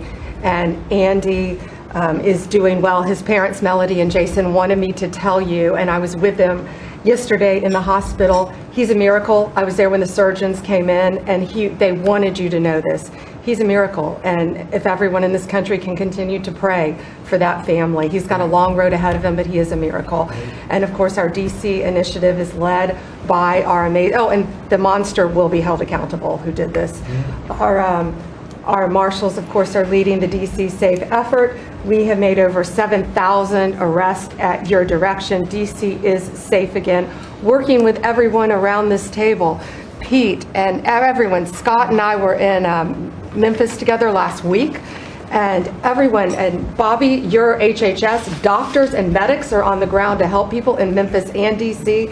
In Memphis, we've made over 3,500 arrests so far, and Homeland Security, Christy, you've been instrumental in this. But it's everyone working together as a team. We even have Treasury agents out there. It's unbelievable, on the ground in DC and Memphis. Of course, law enforcement first, FBI, Kash Patel has led the FBI. We have a 100% increase in the arrest of violent criminals, thanks to your leadership. DEA, led by Terry Cole, over 45 million fentanyl pills, 4,200 kilos fentanyl powder. That is the equivalent of 347 million potential lethal doses. That's unbelievable that you've taken off the streets of our country. And the weight of all the drugs combined taken off by DEA is the weight of 17 full semi-trucks. of the drugs just since you've been in office, the drugs that had flowed into this country under the previous administration. ATF, led by Rob Sakata, has seized more than 31,000 illegal guns. 31,000. Unbelievable at your leadership. 19,000 of those were from trafficking cases. We've been sued on the legal front now. We have been sued 575 times. 575 times. More than every administration going back to Reagan combined. Most recently, yesterday, I was sued by an immigration judge who we fired. One of the reasons, she said she was a woman. Last I checked, I was a woman as well. 24 Supreme Court wins, President Trump, 92% success rate. We told you it would take a while to get to the Supreme Court. We're doing it at record speed, led by John Sauer, of course, Sarah and Hosh, all working together. Immigration, we're winning. Nationwide injunctions, ending DEI funding, working to secure that our federal workforce is aligned with your America First agenda, representing pretty much everyone in this room. We met with your general counsel yesterday, Doug, working with everyone. It's nonstop. ICE, of course, we're winning there with Christie. We're Brooke, SNAP benefits, won there. Marco, USAID. Pete, National Guard, of course, going nonstop. Our U.S. attorneys are fighting violent crime, working around the clock to make America safe again, which was your directive. Our Civil Rights Division, suing Gavin Newsom 3 times now, Prop 50, keeping boys out of girls' sports, and in-state tuition for illegal aliens. We've sued over election integrity. We are litigating major universities with Linda. Thank you, our Civil Rights Division, for everything that you've done to end DEI in our schools. Our Civil Division fighting sanctuary cities every single day. And of course, our Antitrust Division with Google, major settlement. Our attorneys are working on terrorism, TDA, MS-13, Antifa, President Trump. We've charged more than 500 defendants with assault on federal officers thanks to your directive. And also, we have dropped countless cases against Americans that were prosecuted under the Biden administration, including J6, COVID, FACE Act, and more. And as everyone knows, we cannot talk about pending grand jury investigations, but no one is above the law, and that includes what happened in Arctic frost. I hope everyone has a very Merry Christmas, Happy Hanukkah, and Happy Holidays. Thank you for fighting for our country. Thank you. Thank you very much. Please. Great. Well, thank you, Mr. President. Thank you for allowing me to be at this table. When I came on board, I knew really none of you in this last year, and it's been a year, Mr. President, since I've had the pleasure to serve this country on the workforce. Everybody said the Department of Labor would be quiet, fly under the radar, you won't have to do too much. Absolutely not, because you made the American people realize the American dream is real for the American workforce. And it's been under your leadership, Mr. President, that over 2 million jobs that has been created since you started have been native-born workers. And that is the difference between this presidency, this administration, as opposed to the Biden administration, where mostly foreign-born or federal government jobs. And I think through the private sector, over 2 million jobs of native-born. And so the Labor Department has wasted no time in putting that into action with our Make America Skilled Again, either grant dollars, but the intentionality of the apprenticeship program, 1 million active apprentices across this country. We have done over 250,000 new apprentices so far in the first year and registered over 2,000 new apprenticeship programs. Why do we need the apprenticeship programs with the men and women in the trades? Because of the leadership of onshoring and reshoring, and have a lot of these companies reinvest in America. We have to build this country. We cannot do that without the tradesmen and women and the craftsmen of this country. And I think that, you know, Howard and I, we talked about that from the beginning, and we're going to have to lean in on that because we need the labor force, 700,000 new skilled jobs with electricians, construction workers, machinists, and so forth. And as I traveled with the Vice President as well, we see that on the manufacturing floors of this country, they're in desperate need. the Department of Labor are going to get the workforce skilled again. Working with Secretary McMahon as we move a lot of the education out to our respective states, we are now working together, and we have deployed $86 million in investments, and a lot of that is in AI infrastructure jobs to have our new workforce proficient and literate in AI if we're going to continue to lead the AI race, and we're working on that. And the Department of Labor is now creating and will soon launch the AI infrastructure and workforce hub, which we will be able to track that metrics to see exactly if these dollars are going correctly. Integrating education and workforce with, obviously, Administrator Leffler and I are on the road a lot together because we're talking about Main Street as well as a lot of the manufacturing jobs and how we're being an ally to our businesses as opposed to an adversary. For far too long under the Biden administration, we were adversaries to our business owners, and we want to give them a leg up always and make sure that we're paying attention. And we want our workforce to be educated. We do not need the numbers that we have seen across this country where our 4th through 8th graders cannot read, write, or do any math, and they are our future workforce. We have to depend on the American worker first. Also, lowering healthcare costs in line with the executive order. I'm working with Treasury and HHS, and rulemaking is underway to expand healthcare transparency and make pricing more affordable for our employers who offer these to their employees. Promoting retirement security. The department rescinded the Biden administration's guidance that restricted the use of crypto in retirement investments, and we're seeing more and more of that, where we also rescinded the supplemental statement that discouraged the fiduciaries from considering the alternative assets for 401ks, and that will also come through the Department of Labor, that rulemaking. Ending abuse of cheap foreign labor at the expense of the American worker. We launched over 200 investigations into companies who will have abused and or fraudulently against the American worker. So Project Firewall was released. Thank you, Mr. President. We want the trained workforce, but we will root out the fraud and abuse, and we'll protect the American worker first.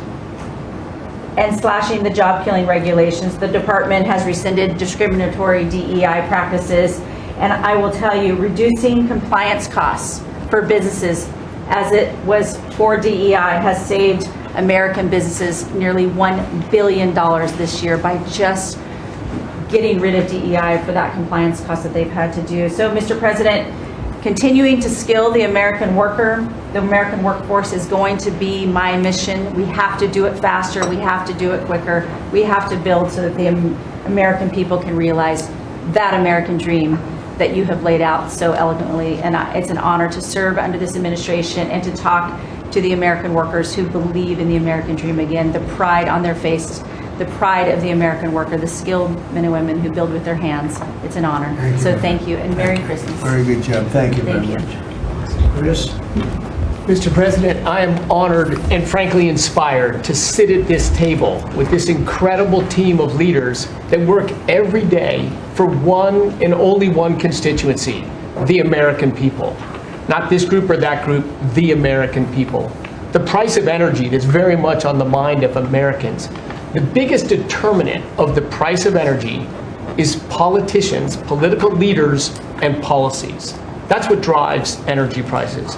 Under your leadership, what we've seen in the United States is just a steady drop in the price of gasoline, a huge consumer cost for Americans.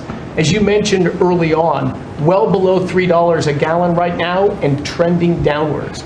There are a number of stations in the heartland of America with $1.99 signs flying today. That's simply impossible without the leadership and changes you brought. Now, of course, you can go to California, where the average price of gasoline is between $4.50 and $5 a gallon today in California. That's just bad political leaders there and bad policies in California. And taxes. And taxes. Taxes they charge on gasoline are just insane. Terrible. And electricity prices is a very parallel story, but it's a bigger moving ship, so the changes are a little bit slower. But Americans are outraged at a roughly 30% rise in the average price of electricity across this country.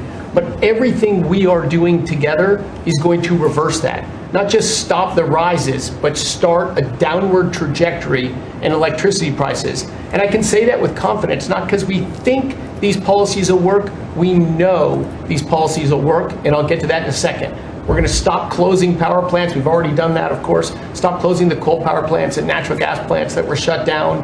We've got over 30 gigawatts of generators just sitting there today, not allowed to run. Well, of course, we're fixing that immediately. We're going to bring on from our existing grid tens of gigawatts more capacity that'll drive down the cost of electricity.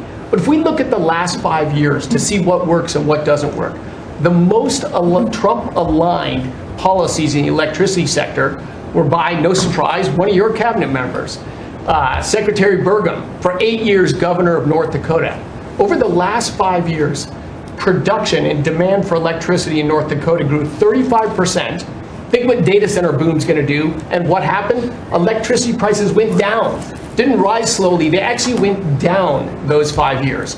That's the answer. Trump-aligned energy policies increased demand for electricity. Nebraska and Texas, more Trump-aligned states, had significant growth in demand for electricity. They had electricity price rises, but well below the price of inflation. Unfortunately, Biden brought all of us a lot of inflation. If you look at the other end of the spectrum, California, New York, Massachusetts, Connecticut, Maryland, I could go on. What happened in those states? Policies and politicians that force the building of unreliable electricity generation, which requires new infrastructure and transmission lines. And what happened?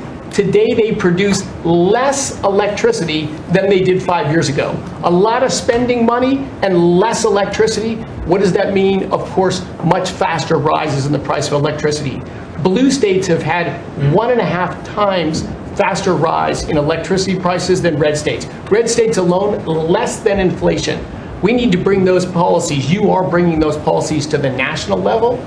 We hope the blue states will come along with us, but your policies are going to start the decline of electricity prices nationwide under your leadership by just bringing back common sense. So thank you for allowing me to be part of this team. For people here who are focused on winning, special thanks to Howard and Scotty who were there with me to see the Denver Broncos win on Monday night. Now we want nationwide wins on energy for 3 more years. And we're doing more energy production than we've ever done by far right now. Records across the board that will continue to be reset every year you're in office. Thank you very much. Well, Mr. President, thank you for giving me a very interesting job. Some days it's a little controversial too, but it's been an honor to work for you. You are a great American. The fights that you pick are the right fights, and they're always on behalf of this country. So I appreciate the chance to do this job heading up this department. If you think about what Joe Biden did with the Department of Homeland Security, he used this department to invade the country with terrorists. He opened up the borders, let anybody come in that wanted to. He put them on airplanes. He let them through our airports. If they could figure out a way to get to our shores and in our country, he just opened the door and invited them in. So it's our job to get them out. And I want to thank you for this team, because I look around the table and I think every single person here has helped me do my job over the last year.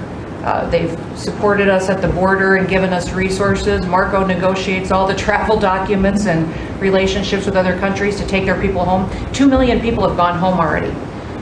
The people that were here illegally, you've removed from our country and sent home. And we're going to send more home for the holidays too, and make sure that they get to be with their families in their countries. Yes. Mostly the bad ones. That's right. Focus is the bad ones. That's right. And there are a lot of them. Terrible, horrible people. And Pam makes sure she's fighting for us in court so that we can get up every day and be bold. We're going to hire our 10,000th ICE officer. Will be on the job within 10 days. So we have hired 10,000. We've had hundreds of thousands of applications. We've got within the department, TSA went through this government shutdown without any delays. They all showed up for their shifts and worked hard doing security. And they have been absolutely fantastic. Sir, you made it through hurricane season without a hurricane. Yeah. And so FEMA, you kept the hurricanes away. So we appreciate that. And FEMA is deploying resources and dollars 150% faster than ever before. So somebody does have something bad that happens to them, you were immediately there helping them and telling them they have the resources to get back up on their feet. So we have built and deployed hundreds of miles of border already. You have cut the fentanyl flow over the southern border by over 56%. You've saved hundreds of millions of lives with the cocaine you've blown up in the Caribbean. And, you told me to look into Minnesota and their fraud on visas and their programs. 50% of them are fraudulent, which means that wacko Governor Walz either is an idiot or he did it on purpose. And I think he's both, sir. He brought people in there illegally that never should have been in this country, said they were somebody that they're not. They said they were married to somebody who was their brother or somebody else. Fraudulent visa applications, signed up for government programs, took hundreds of billions of dollars from the taxpayers, and we're going to remove them and we're going to get our money back. And we're going to, this next year, make sure that we only put people in leadership positions in this country that love this country and have its back. So thank you for letting us get up every day and have a purpose. We Thank appreciate you it. very much. Thanks, Chrissy. Appreciate it. Mr. President, you're exactly right. We are saving this country. We're doing it one Main Street at a time, and we're doing it at record speed and at record levels. Under your leadership, small business optimism, according to the U.S. Chamber Index for small businesses, has reached an all-time high in the history of that index. So on Main Street, the economy is coming back thanks to your leadership, thanks to getting Biden inflation under control. Small businesses' number one concern right now is finding skilled labor, and that's why Secretary Chavez DeRemer and I have entered into an MOU to speed that workforce to small businesses that under this administration are now at record levels. 36 million small businesses have now taken on board, for the first time in the SBA's history, $100 billion. That's $45 billion in small business lending at 85,000 small businesses, most of that under your term, and $52 billion out to small business investment companies. So we are running this agency like the best run bank in the country. We are growing small businesses across Main Street, and we're deregulating to the tune of $100 billion, working with all my fellow cabinet members. And thank you for putting together the best cabinet in history. Iron sharpens iron, and thank you for bringing such a strong leadership group together. And then finally, I've walked factory floors from Alaska to Maine, and the workers, the small businesses, most manufacturers in this country are small businesses, 600,000 of them. They are so grateful to your fair trade, low inflation, deregulation agenda that is creating national security and economic security in this country like never before. And so I want to also finally thank you for bringing faith back to the White House, to this administration. I want to thank Brooke for hosting the Cabinet Bible Study and invite everyone tomorrow to Bible study and making this country something that we can be so proud of under your leadership. And I am so blessed and honored to be part of this team. So thank you, Mr. President. Thank you very much. Thank you, Mr. President, for your leadership. I am truly grateful to be a member of your team here at this table to help support you in delivering on the promises that you made to the American people. You came in with a very clear mandate of taking on the rampant weaponization, politicization of the intelligence community and federal law enforcement, experiencing yourself, the deep state abusing their power as they have against you, your family, and so many of the American people.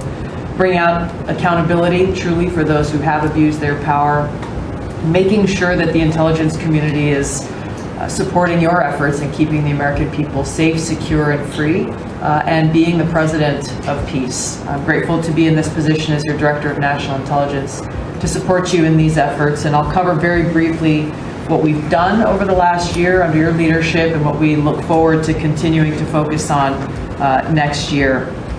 First of all, under your leadership, again, we've taken on a historic effort for transparency, declassification, and exposing these abuses of power by these deep state actors.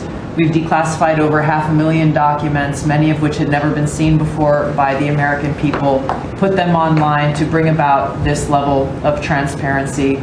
We formed a weaponization working group, again, to be able to go after a lot of these abuses of power that have never seen the light of day, to support the accountability that under Pam Bondi's leadership in the Department of Justice is coming about. Secondly, bring about reforms to the intelligence community to make sure that we have the most effective and efficient and focused workforce that's really working on bringing about the priorities you have laid out in ensuring our country's security. And lastly, Mr. President, working with many of our partners here around the table is going after these domestic threats. We have threats coming from both Islamist ideology as well as Islamist terrorists, foreign terrorist organizations, and those who seek to do harm to the American people, many of whom were let in across our borders under the previous administration. We are focused on these tasks and this imperative for the American people, and just appreciate your leadership, Mr. President, in empowering us to be able to conduct this service. Merry Christmas. Thank you very much. Merry Christmas. That's right. Merry Christmas. Say it loud and clear. Mr. President, your team at the Trump EPA has been crushing it all year to fix the big mess that we inherited and deliver amazing results for the American people. I've had the opportunity to visit all 50 states since confirmation earlier this year, and to hear from real people where they meet, where they live, and to bring their great ideas and their asks back to us to be able to deliver for them. At the Trump EPA, we have proven that you can both protect the environment and grow the economy. On the environmental front, since you were sworn in earlier this year, we have averaged a big environmental accomplishment every single day. On the 100th day, the 200th day, the 300th day of your presidency, each time we released a list of our top 100 environmental accomplishments. That has included a historic LA wildfire cleanup that you ordered us to complete in record time, which we did, and the Army Corps, under the leadership of our great Secretary of War, did their part as well. The federal government completely did all of the work needed to allow these residents and businesses to be able to rebuild, but poor leadership at the local and state level, unfortunately, is still resulting in these property owners unable to rebuild, and it's wrong. We also were able to reach an agreement with Mexico to be able to implement a plan to permanently end a decades-old raw sewage crisis on the southern border with Mexico. And Secretary Rubio and his team, Chris Landau, Ambassador Johnson, they've been amazing to get that done. On the deregulatory front, we have proudly launched a massive blitz that amounts to the largest deregulatory effort by any agency in the history of the United States. To put some perspective on it, in 1 year, at one agency, we will do more deregulation than entire presidencies have done across all agencies. It's incredible. You could go back across 4-year terms, 8-year terms, you've never seen this much deregulation. One agency, 1 year. In fact, when finalized, the proposed rescission of the 2009 Obama EPA endangerment finding amounts to the largest deregulatory action in the history of the United States of America. From fixing the agency's definition of waters of the United States, which is important for our farmers, our ranchers, and other landowners, to the effort to end electric vehicle mandates and promote consumer choice, eliminating regulations designed to eliminate entire sectors of our energy economy. We're thinking big and we're delivering big. We have reduced terrible derailments on diesel exhaust fluid systems. We're getting water moving faster, new pipelines and power plants built, and we're helping to unleash energy dominance. Mr. President, on the operational front, we have significantly reduced the size of the agency workforce, and we are accomplishing more with less. It's all about priorities, and our focus is on fulfilling our statutory obligations, helping to fast-track project approvals that were taking way too long, and closely following the law, as well as key Supreme Court decisions like Loper-Bright to overturn the Chevron doctrine. We inherited massive backlogs that we've been eliminating all year long. We've been implementing your executive order to end COVID-era remote work. We consolidated real estate, canceled expensive media subscriptions, and closed a Biden EPA museum that none of you knew even existed. I'm sure none of you actually visited.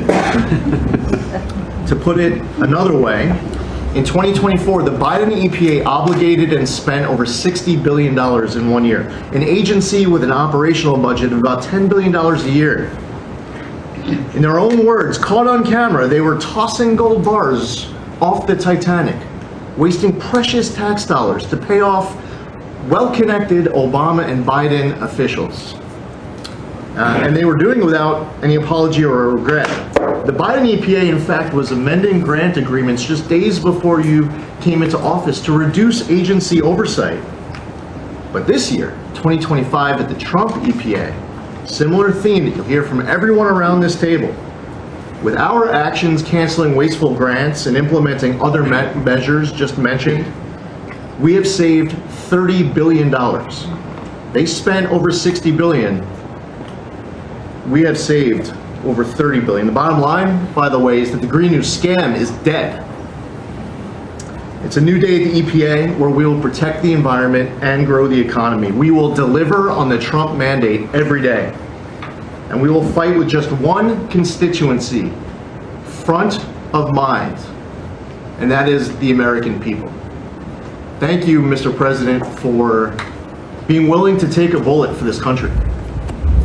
And if you were to ask me what I'm grateful for, whether it's a Thanksgiving, it's a Christmas, a Hanukkah, a New Year's, any time of year, the fact that this president, after 4 years serving in office, he could have just left it in the rearview mirror and went on to really enjoy retirement.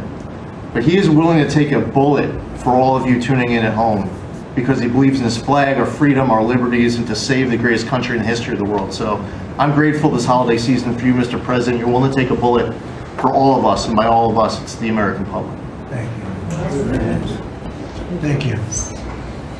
Mr. President, good morning, everyone. Well, in spite of the fact that your charge to me is to fire myself, we've really been incredibly hard at work making sure that we can return education to the states.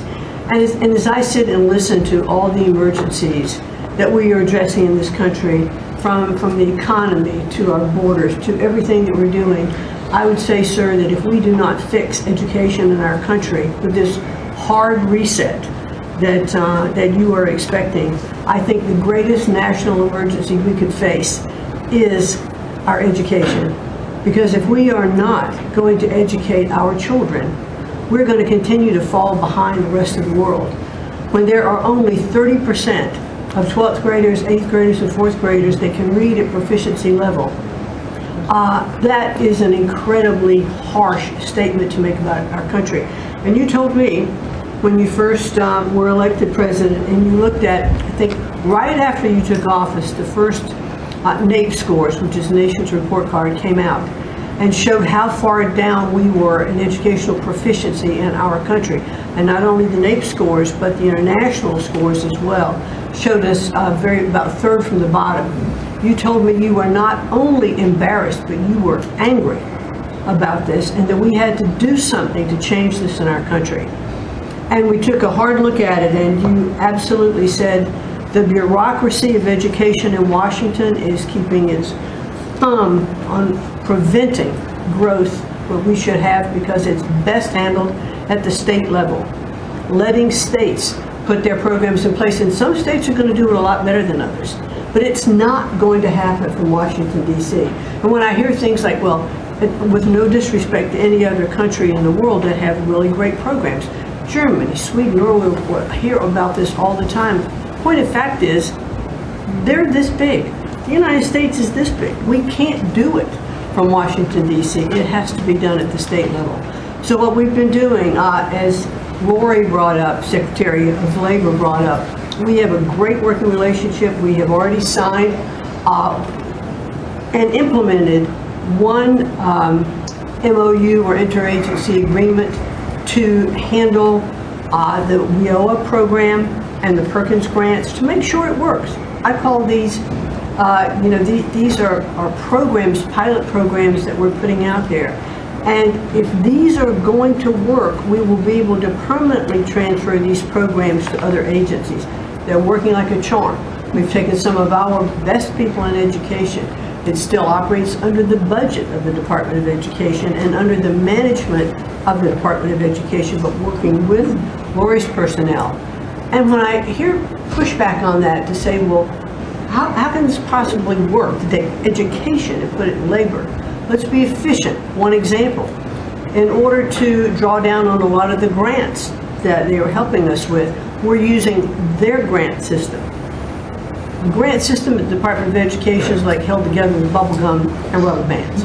And it did not interact with any other agency. Now, we have this really smooth operation already in labor. So that has prompted us to sign also other interagency agreements, 2 more with labor, 1 with HHS, 1 with the Department of State, and we'll be moving other programs, but these are proof of concept.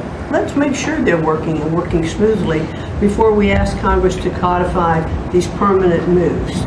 So that's kind of in the world of K through 12, what we're looking at right now, but in the world of higher education, as Attorney General Bondi mentioned, we've been working really very hard to make sure that we've got anti-Semitism and DEI out of our universities, and put some pretty stiff fines on, worked some good deals. I enjoy working with Harmeet, who is just an incredible negotiator. So we're bringing all of that to bear as well. So I can say, sir, that we are moving to return education to the states and to bring the level of education back up, making sure our students can read, are reintroducing the science of reading in schools. And going into next year, I can honestly say that we've got a lean, mean machine operating at the Department of Education. There's only half the workforce when we started, and we're more efficient, and I think we're going to see better results as we move into next year. So thank you for this incredible opportunity. Thank you very much. Thank you, Mr. President, during this holiday season for empowering us at HHS, me, Dr. McCary, Jay Bhattacharya, and Dr. Oz, to change the trajectory of this agency towards public health in a way. The tradition of serving the mercantile interests of the medical industrial complex and the big pharmaceutical companies. 2 weeks ago, we ended, under your leadership, a 20-year war on women by removing the black box warnings from hormone replacement therapy. The medical cartel was telling women that hormone replacement therapy during menopause was dangerous for them. In fact, here's what the science said. It diminishes the risk of fatal heart attacks by 25%, cardiac disease by 50%, Alzheimer's by 35%, bone fractures by 50 to 60%. It improves appetite, it improves sleep, it improves energy, it improves happiness. There are tens of millions of women in this country who have been deprived of that therapy because of scientific malpractice by the medical cartel. We are now remedying that, and this remedy will now be available to all women who want it during one of the most difficult transitions of their lives. MFN is one of our greatest accomplishments. It would not have happened without you. You were the only person who believed in it. You drove us to get it done. We've now made agreements with the 5 biggest pharmaceutical companies. We have 12 more in the lineup to make agreements. By the time this administration leaves office, 95% of the drugs in this country we will have the lowest price of any nation in the developed world. Americans are already getting the benefits from these. These companies are already lowering these prices dramatically, as you noticed. And then this week, Howard at Department of Commerce and Jameson at the U.S. Trade Representative made a bargain with Great Britain to raise their drug prices in conformance with your promise that the Europeans would raise theirs to counterbalance us lowering ours, and therefore we would keep intact the ecosystem of innovation and protect innovation. So congratulations on that, Mr. President. When you first asked me to take this job, one of the first contacts we made was with the leading economics professor, health economics professor at Harvard. And we asked him what's the one innovation that we could do that would most dramatically improve the health care experience for the average American. And he said there's no contest, it's to get rid of prior authorization. Thanks to your leadership, we were able to convene the largest insurance companies in this country and do something that every administration, every Congress has promised for the past 30 years. We actually got it done. We convened the insurance companies representing 280 million Americans and got them to agree, most of them by January of 2026, for 2 months from now, to remove prior authorization for most of their procedures, for all the procedures we want them removed from. And that means that American patients at the point of care will be able to get an answer immediately. If your doctor says you need knee surgery, you will know before you leave that doctor's office whether your insurance company will pay for it or not. Similarly, healthcare records, the tech industry has refused to share healthcare records. You asked us to change that. We convened the 60 biggest tech companies at a conference that you presided over about 2 months ago. We now did a secondary conference which 400 leading companies all come in and agreed to remove any kind of blockages where individual Americans can get their own health care. Americans own their health care records, yet they were not able to access them. And if you lived in New Jersey and you moved to Oregon and you got injured, you went to a hospital, you would have to spend maybe 45 minutes filling out forms on a clipboard because your doctors there could not get your healthcare records. They couldn't get your blood type, your allergies, all the things that they ought to know immediately so they can save your life. Now that has all changed, and all these companies now have agreed to remove all the blocks on sharing healthcare records. Every American will have their healthcare records available on their cell phones, and it's already happening. In the last 6 months, there have been over 100 times the number of healthcare records shared by hospitals and during the entire previous administration. On deregulation, HHS proudly is now leading the pack, and thank you for your help on that, Russ. But today we announced the revocation of the nursing home rule, which was overburdening rural areas across this country, Indian reservations, with regulations that were going to destroy the nursing home industry in those communities. And that is going to be a $25 billion savings. Those are some of the things that we're doing because of your leadership. President Trump, thank you so much, and Merry Christmas to you. Thank you, Bobby, very much. Great job. Well, Mr. President, you've assembled an incredibly talented group here. If you took a look at this group compared to any Fortune 500 leadership team, any group of startup folks, I mean, this is an amazing group, and the breadth of what's being accomplished.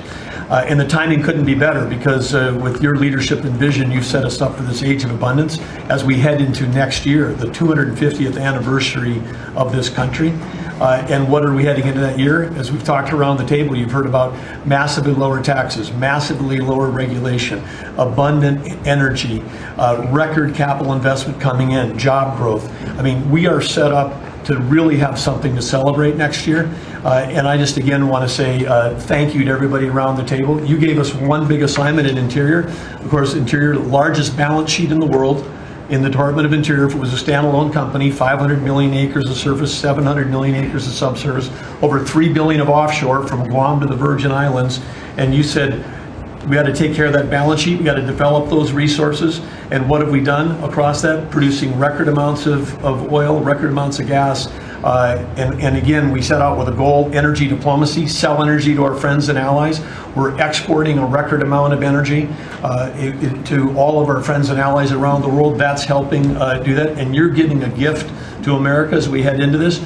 You're giving us peace abroad, and you're giving us prosperity at home. That bodes so well for our country. One small little gift that we're giving to all Americans from one teeny part of Interior, which is the national parks, is that not only are we keeping prices low for all American citizens, offering 10 free days for our national parks next year to coincide with our holidays, but also a $100 surcharge for non-residents. That is going to raise hundreds of millions of dollars for helping restore and preserve all of our best parks. So as we close out then, I want to also say a big celebration going on here in Washington, D.C. We've been thrilled to be part of the National Park Service, the U.S. Park Police, part of this great effort across a number of us on making D.C. safe and beautiful. This will be the safest and most beautiful capital in the world. We are doing so many things, whether it's hundreds of homeless camps, thousands of graffiti sites, cleaning up ponds and fountains, preparing this thing. The United States is never going to be performing better economically. It's never going to be looking better, just like the White House has never looked better, all because of your vision and leadership. So again, thank you, sir. You've given an incredible Christmas gift to Americans by setting us up for an incredible 250th anniversary. That's very nice. Thank you, Dad, very much. Marco?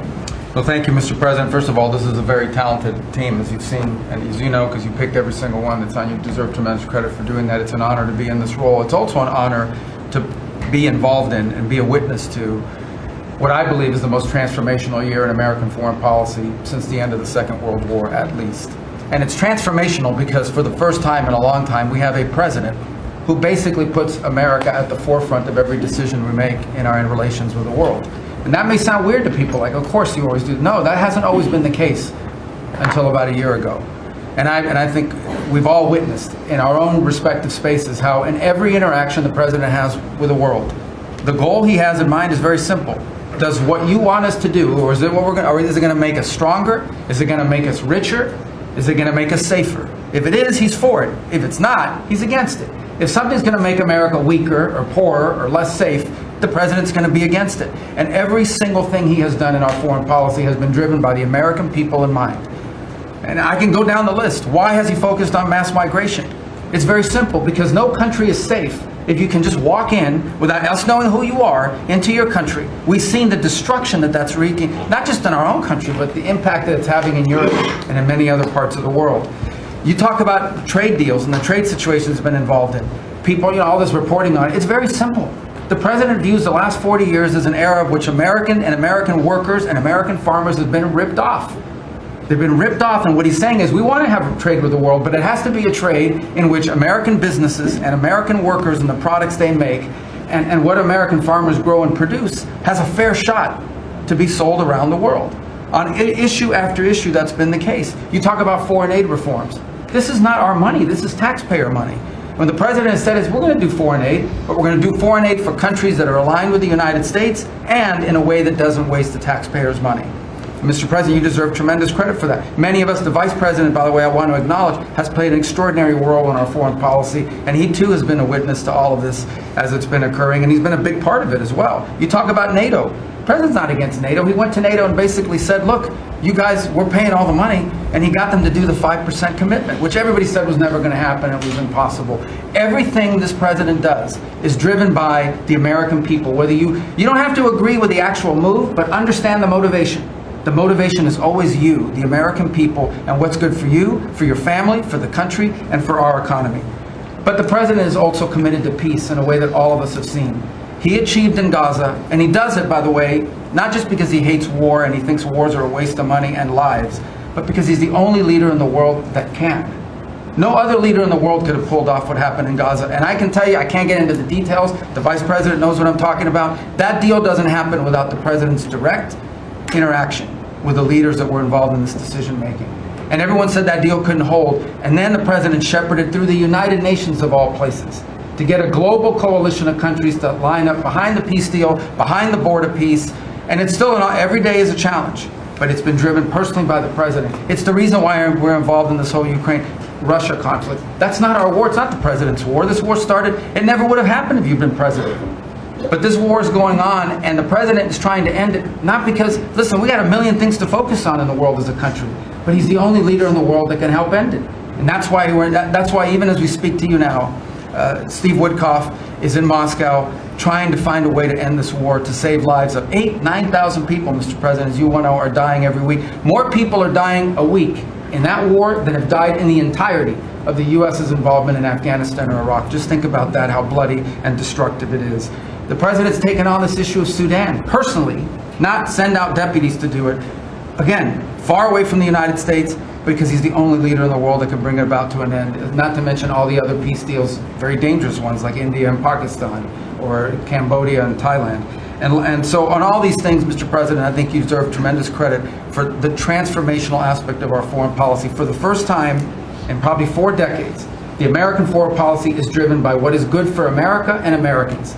Whether it makes us safer and stronger and more prosperous. If it is, he's for it. If it doesn't, he's against it. And that sort of clarity is transformational. I close with this, and I know I'm last, so I wanted to be fast, but there was a lot to cover.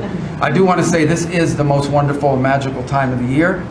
By that, of course, I'm referring to the college football playoffs. And I just want to say this as a point of personal privilege. And I'm a Florida Gator, but if the University of Miami gets screwed out of the college football playoffs after going 10-2 and beating Notre Dame, the whole thing should be scrapped, and you're going to have to take over next year. That's great. Well, thank you all very much. I hope it wasn't too long, but it was very concise, and we've done a lot. This group has done a lot. Amazing. Everybody at this table has done a fantastic. And Susie, thank you for doing a great job as our Chief of Staff. First female Chief of Staff in the history of our country, which is pretty amazing when you think of it, right? And she's the best. Thank you very much. Great job.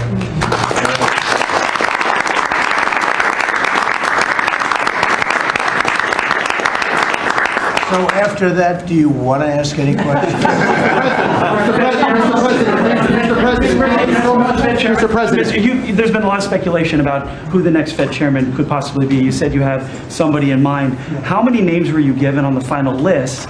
And does that person currently work on the board of Federal Reserve? Well, I'd say that we probably looked at 10.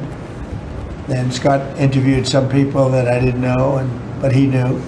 And a lot of people were involved in the process, actually, and Howard was involved. But I think we probably looked at 10, and we have it down to 1. Can you answer this? I want to ask you about Elon Musk, if I could. You talked about Elon Musk. You had him in dinner here in the White House. Is he now back in your circle of friends? Well, I really don't know. I mean, I like Elon a lot. He was he really helped during the election with his endorsement. He felt strongly. Look, we had one problem. I didn't want to have everybody have to have an electric car, and he makes electric cars. And I think we get along well. On affordability, Mr. President, thank you. Yeah, one more. Yeah, when you talk about affordability, is going forward, are the American people, do you believe, getting impatient with the reforms that you're making? They've talked about it's about. I think they're getting fake news from guys like you. Look, affordability is a hoax that was started by Democrats who caused the problem of pricing, and they didn't end it. They lost in a landslide. We won every swing state. We won the popular vote. We won everything. You take a look at districts. It was 2,750 to 525. Because that was an affordability problem. We brought it down. Look at energy. Look at the gasoline price. That's like the simplest, and it's the biggest. Because if energy comes down, everything comes down. That's the way it works. We're going to be at 250. You said 199 in some places in the country, right? You said it. I didn't say it. And they won't check you. They'll check me. So I'd like to use your number. 199 a gallon. Unthinkable if you go back a year and a half ago. It's unthinkable. So now we're bringing the prices down, way down. Beef is coming down now. We've done certain magic and beef is coming down. But we inherited horrible prices. We inherited really the worst inflation in history. We inherited that. When I came in, that's what he had. And we fixed inflation. And we fixed almost everything, if you want to know the truth, including 8 wars. We got 1 to go, but including 8 wars. But when they always say, I watched today where they have a race going on right now in Tennessee, and this woman goes, affordability. They're the ones that caused the problem. The prices were way high. We're bringing the prices down. But they're like scam artists. They're I call them con men and women. They come out, they say affordability, like, oh, I see price. We're going to get prices down still further, but we brought them down from the prices they cost. The reason that they had the highest inflation in the history of our country is because they had the highest prices, but we brought them down, and now we have normal inflation. Yeah, please. Mr. President, thank you so much for taking questions with your assembled cabinet. I wanted to clarify something that you had said on Sunday regarding the boat strikes near Venezuela. You had said that you didn't know if the second strike on that one boat had happened, but you wouldn't have wanted it. Now that your administration has acknowledged that it happened, do you support that second strike? And Mr. Secretary, I wanted to clarify something you had said in an interview back in September, I believe on Fox News. You said that you had watched that strike live on television. In real time, did you know that there were survivors after the initial strike? Well, look, all I know is this: every boat that you see get blown up, we save 25,000 on average lives. 25,000 lives. They've been sending enough of this horrible fentanyl and other things like cocaine and other things, but fentanyl right now is the leader of the pack, to kill our entire nation. Because a little speck on the head of a pin can kill somebody. It's very dangerous stuff. I know so many people where their sons were drug addicts. They had one little sample, and they died. They died. They couldn't believe it. As far as the attack is concerned, I still haven't gotten a lot of information because I rely on Pete. But to me, it was an attack. It wasn't one strike, two strikes, three strikes. Somebody asked me a question about the second strike. I didn't know about the second strike. I didn't know anything about people. I wasn't involved in it. I knew they took out a boat. But I would say this, they had a strike. I hear the gentleman that was in charge of that is extraordinary. He's an extraordinary person. I'll let Pete speak about him. But Pete was satisfied. Pete didn't know about second attack having to do with two people. I guess Pete would have to speak to it. I can say this, I want those boats taken out. And if we have to, we'll attack on land also, just like we attack on sea. And there's very little coming in by sea. I think we've knocked out over 90% of it. There's very little, and I understand that. There's very little. We're saving hundreds of thousands of lives with those pinpoint attacks. It's an amazing thing when you see a boat going along, and a lot of the press would like to say they're not. You see the boat, they're not maybe drugs. You see these boats. First of all, who has 5 engines on the back of a boat going in weird directions and loaded up with lots of white containers? They're bags of things. No, they've done an amazing job, and Peter's done an amazing job. Pete, you could probably better answer the question. No, you're spot on, sir. I think you got to start with the baseline, which Marco laid out, everybody's laid out. We've got 20 million people invading our country over 4 years. We don't know where they're coming from. That includes Tren de Aragua and cartels and violent criminals. They bring drugs, and you mentioned it, Mr. President, poisoning, an intentional poisoning of the American people, killing hundreds of thousands of Americans. So the president had the courage to designate these cartels as designated terrorist organizations. Now, a number of us here served in the military and spent 20 years fighting terrorists like Al-Qaeda and ISIS on the other side of the world. How do you treat Al-Qaeda and ISIS? Do you arrest them and treat them, pat them on the head and say, don't do that again? Or do you end the problem directly by taking a lethal, kinetic approach? And that's the way President Trump has authorized the War Department to look at these cartels. And I wish everybody could be in the room watching our professionals like Mitch Bradley, Admiral Mitch Bradley, and others at JSOC and SOCOM and other commanders. The deliberative process, the detail, the rigorous, the intel, the legal, the evidence-based way that we're able to, with sources and methods that we can't reveal here, that make sure that every one of those drug boats is tied to a designated terrorist organization. We know who's on it, what they're doing, what they're carrying. All these white bales are not Christmas gifts from Santa. This is drugs running on 4-motor fast boats or submarines that we've also struck. No one's fishing on a submarine. And I have empowered them to make that call. Now, the first couple of strikes, as you would, as any leader would want, you want to own that responsibility. So I said, I'm going to be the one to make the call after getting all the information and make sure it's the right strike. That was September 2nd. There's a lot of intelligence that goes into that, building that case and understanding that. A lot of people providing information. I watched that first strike live. As you can imagine, at the Department of War, we got a lot of things to do. So I didn't stick around for the hour and 2 hours, whatever, where all the sensitive site exploitation digitally occurs. So I moved on to my next meeting. A couple of hours later, I learned that that commander had made which he had the complete authority to do, and by the way, Admiral Bradley made the correct decision to ultimately sink the boat and eliminate the threat. He sunk the boat, and eliminated the threat. And it was the right call. We have his back, and the American people are safer because narco-terrorists know you can't bring drugs through the water and eventually on land if necessary to the American people. We will eliminate that threat, and we're proud to do it. So you didn't see any survivors, to be clear, after that first strike?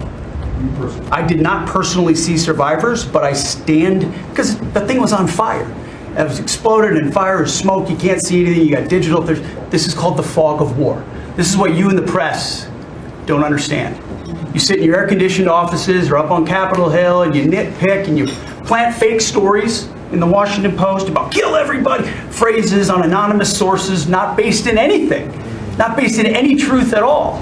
And then you want to throw out really irresponsible terms about American heroes, about the judgment that they made. I wrote a whole book on this topic because of what politicians and the press does to warfighters.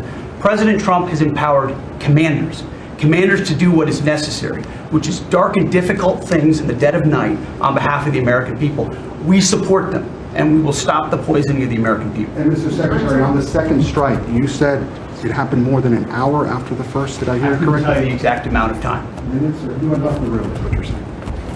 I already stated my answer quite clearly. So remember this, we lost last year, I think it was more than that, but you know, people don't like saying it because they always said 100,000, 115,000, numbers we've been hearing for years. So we lost last year more than 200,000 people, dead people, ruined families beyond the 200,000. And those 200,000, that family will never be the same. But these people have killed over 200,000 people, actually killed over 200,000 people last year. And those numbers are down. Those numbers are down. They're way down. And they're down because we're doing these strikes, and we're going to start doing those strikes on land too. You know, the land is much easier. It's much easier. And we know the routes they take. We know everything about them. We know where they live. We know where the bad ones live. And we're going to start that very soon too. Mr. President, thank you so much, Mr. President. You know what, when we start that, we're going to drive those numbers down so low. And then you're going to have families be able to live without the fear of their son or daughter just having a pill to have a little fun and ending up dying within a period of 60 seconds, right? No, we're not going to let that happen. We're not going to let it continue to happen. What Biden did to this country by allowing all these people, and I call them animals in many cases, I think they're animals, to come into our country and destroy our country and let all those drugs pour in. Let people just walk across the border like it was nothing. You look at them, a lot of them, you know, and you say, oh, let's not discriminate. I'm not talking about color. I'm just talking about you look into the eyes of some of these people. We're smart. And you see a killer. Come on in. Just come on in. 11,888 murderers. Many of them committed more than one murder. He allowed them into our country, totally unvetted, totally unchecked. But he also allowed drugs to come in at record numbers. And hundreds of thousands of people a year died. And we're taking those son of a bitches out, yeah. Thank you so much, Mr. President, for taking our questions. I think this is the most transparent administration I ever seen. I'm impressed by these people. I'll tell you, how strong are you? You've been holding it for 2 hours. You know, there are very few physically. There are very few people who could do that. I'm very proud of you. Whoever the hell you are, I have no idea who you are, but you're strong. Thank you, Mr. President. Mr. President, last week, militia groups in Iraq attacked the Christian region's gas field, the largest gas field, which even the U.S. companies invested in the energy sector in the Christian region. And the Christian Prime Minister requested the United States to provide them some sorts of means and defense system to defending their civilian infrastructure and U.S. investment in the Christian region. Are you willing to providing them this support? And if I had this question, tomorrow the United States is going to open and inaugurate one of the main... louder? Yeah, of course. Is that possible? What? You're the most gentle, beautiful voice, but you're a very gentle person. Go ahead. Just take fewer words and louder. Yeah, sure. I will repeat my first question. Last week, the Iraqi militia groups attacked one of the largest gas fields in the Kurdistan region of Iraq, which even the U.S. companies have invested in these gas fields. Yeah. And then, are you from Iraq? I'm from Kurdistan, Iraqi Kurdistan. Okay. Yeah, working for Huda Media Network. And the Kurdistan region prime minister, he requested the United States providing them some sort of defense system to defending these gas fields and U.S. investment in the Kurdistan region. Are you willing to helping them? Well, we're going to look at it. I heard about it, and I'm hearing about it more now, frankly. It wasn't at the top of my list. It's a very unusual question, I think, but I assume you're from the area, and to you it's a very important question, and to me it is also, because people are being killed. I will say this, Iraq has been much different in terms of us than they were prior to us taking out the nuclear capability of Iran. You know, Iran has gone down many, many steps in terms of its fear factor. They were the bully of the Middle East, and they're really not the bully of the Middle East anymore. And Iraq was being bullied by Iran. We had a president that thought it was brilliant to blow them up, and they blew them up, and all of a sudden, instead of having a power that was basically equal to Iran, they had Iran ruling the Middle East for a long period of time. But Iraq, from the day we hit them with those B-2 bombers and knocked out and obliterated, because CNN said, well, maybe it wasn't total obliteration. Well, it turned out it was totally obliteration. It was every single one of those missiles hit its target. It was actually amazing, but it was wiped out, totally wiped out. I will tell you, Iraq has been a much friendlier place. They talk to us. The Prime Minister actually nominated me along with about 78 other countries for the Nobel Prize. I'm the only one that was nominated by almost 100 countries that didn't get it. But that's okay. But I saved a lot of lives. I saved a lot of lives. But Iraq nominated us for the Nobel Prize, and that was a great honor. You know, we didn't expect that from Iraq. Iraq has been a much different place since the taking out of Iran the nuclear capability. Yeah, let's get to it. Here we go. This guy's a beauty. Go ahead. Secretary Rubio mentioned your meetings ongoing in Russia today. Do you have any update from Mr. Wickoff and Mr. Kushner? No, because I've been spending too much time with you. I mean, we're spending a lot of time in here. We wanted to do this you talk about being open and transparent. This has to be the most transparent administration in history. We spent a lot of time answering your questions and giving you a lot of good results. I mean, I think everybody here gave you good results. But no, I don't. I will have after I leave here. But do you hope for a breakthrough, or is it not? I don't know. Look, I don't know. All I can tell you is that we're trying very hard to save 25 to 30,000 people, mostly men, mostly soldiers, every month. 25,000 to 30,000 soldiers. It's impossible. That's half a stadium. Take a big football stadium.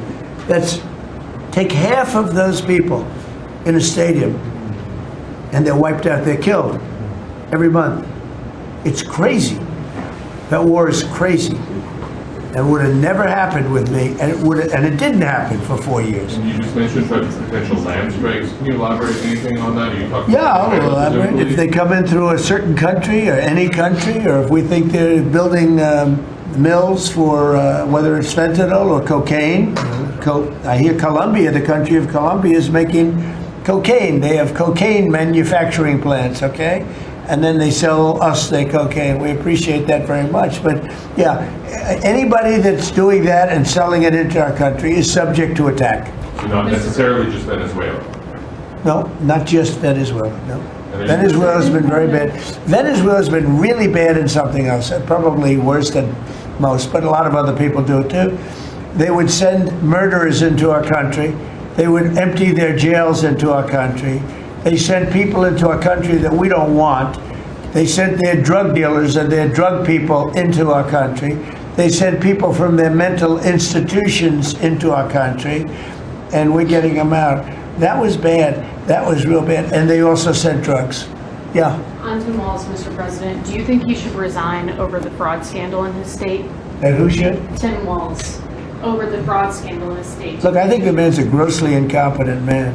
I thought that from the day I watched J.D. destroy him in the debate. I was saying, who was more incompetent, that man or my man?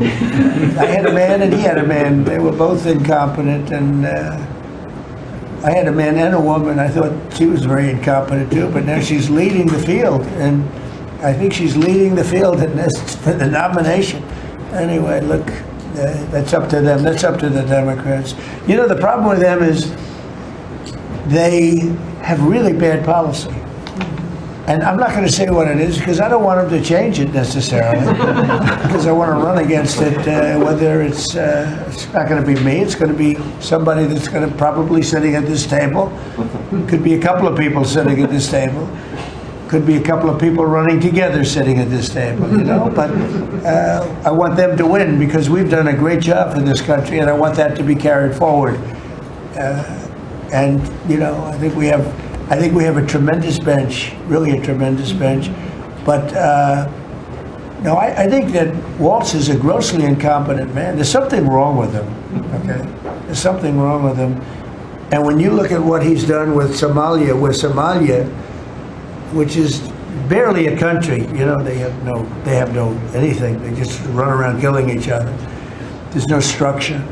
And when I see somebody like Ilhan Omar, who I don't know at all, but I always watch her for years. I've watched her complain about our Constitution, how she's being treated badly. Our Constitution, the United States of America, is a bad place.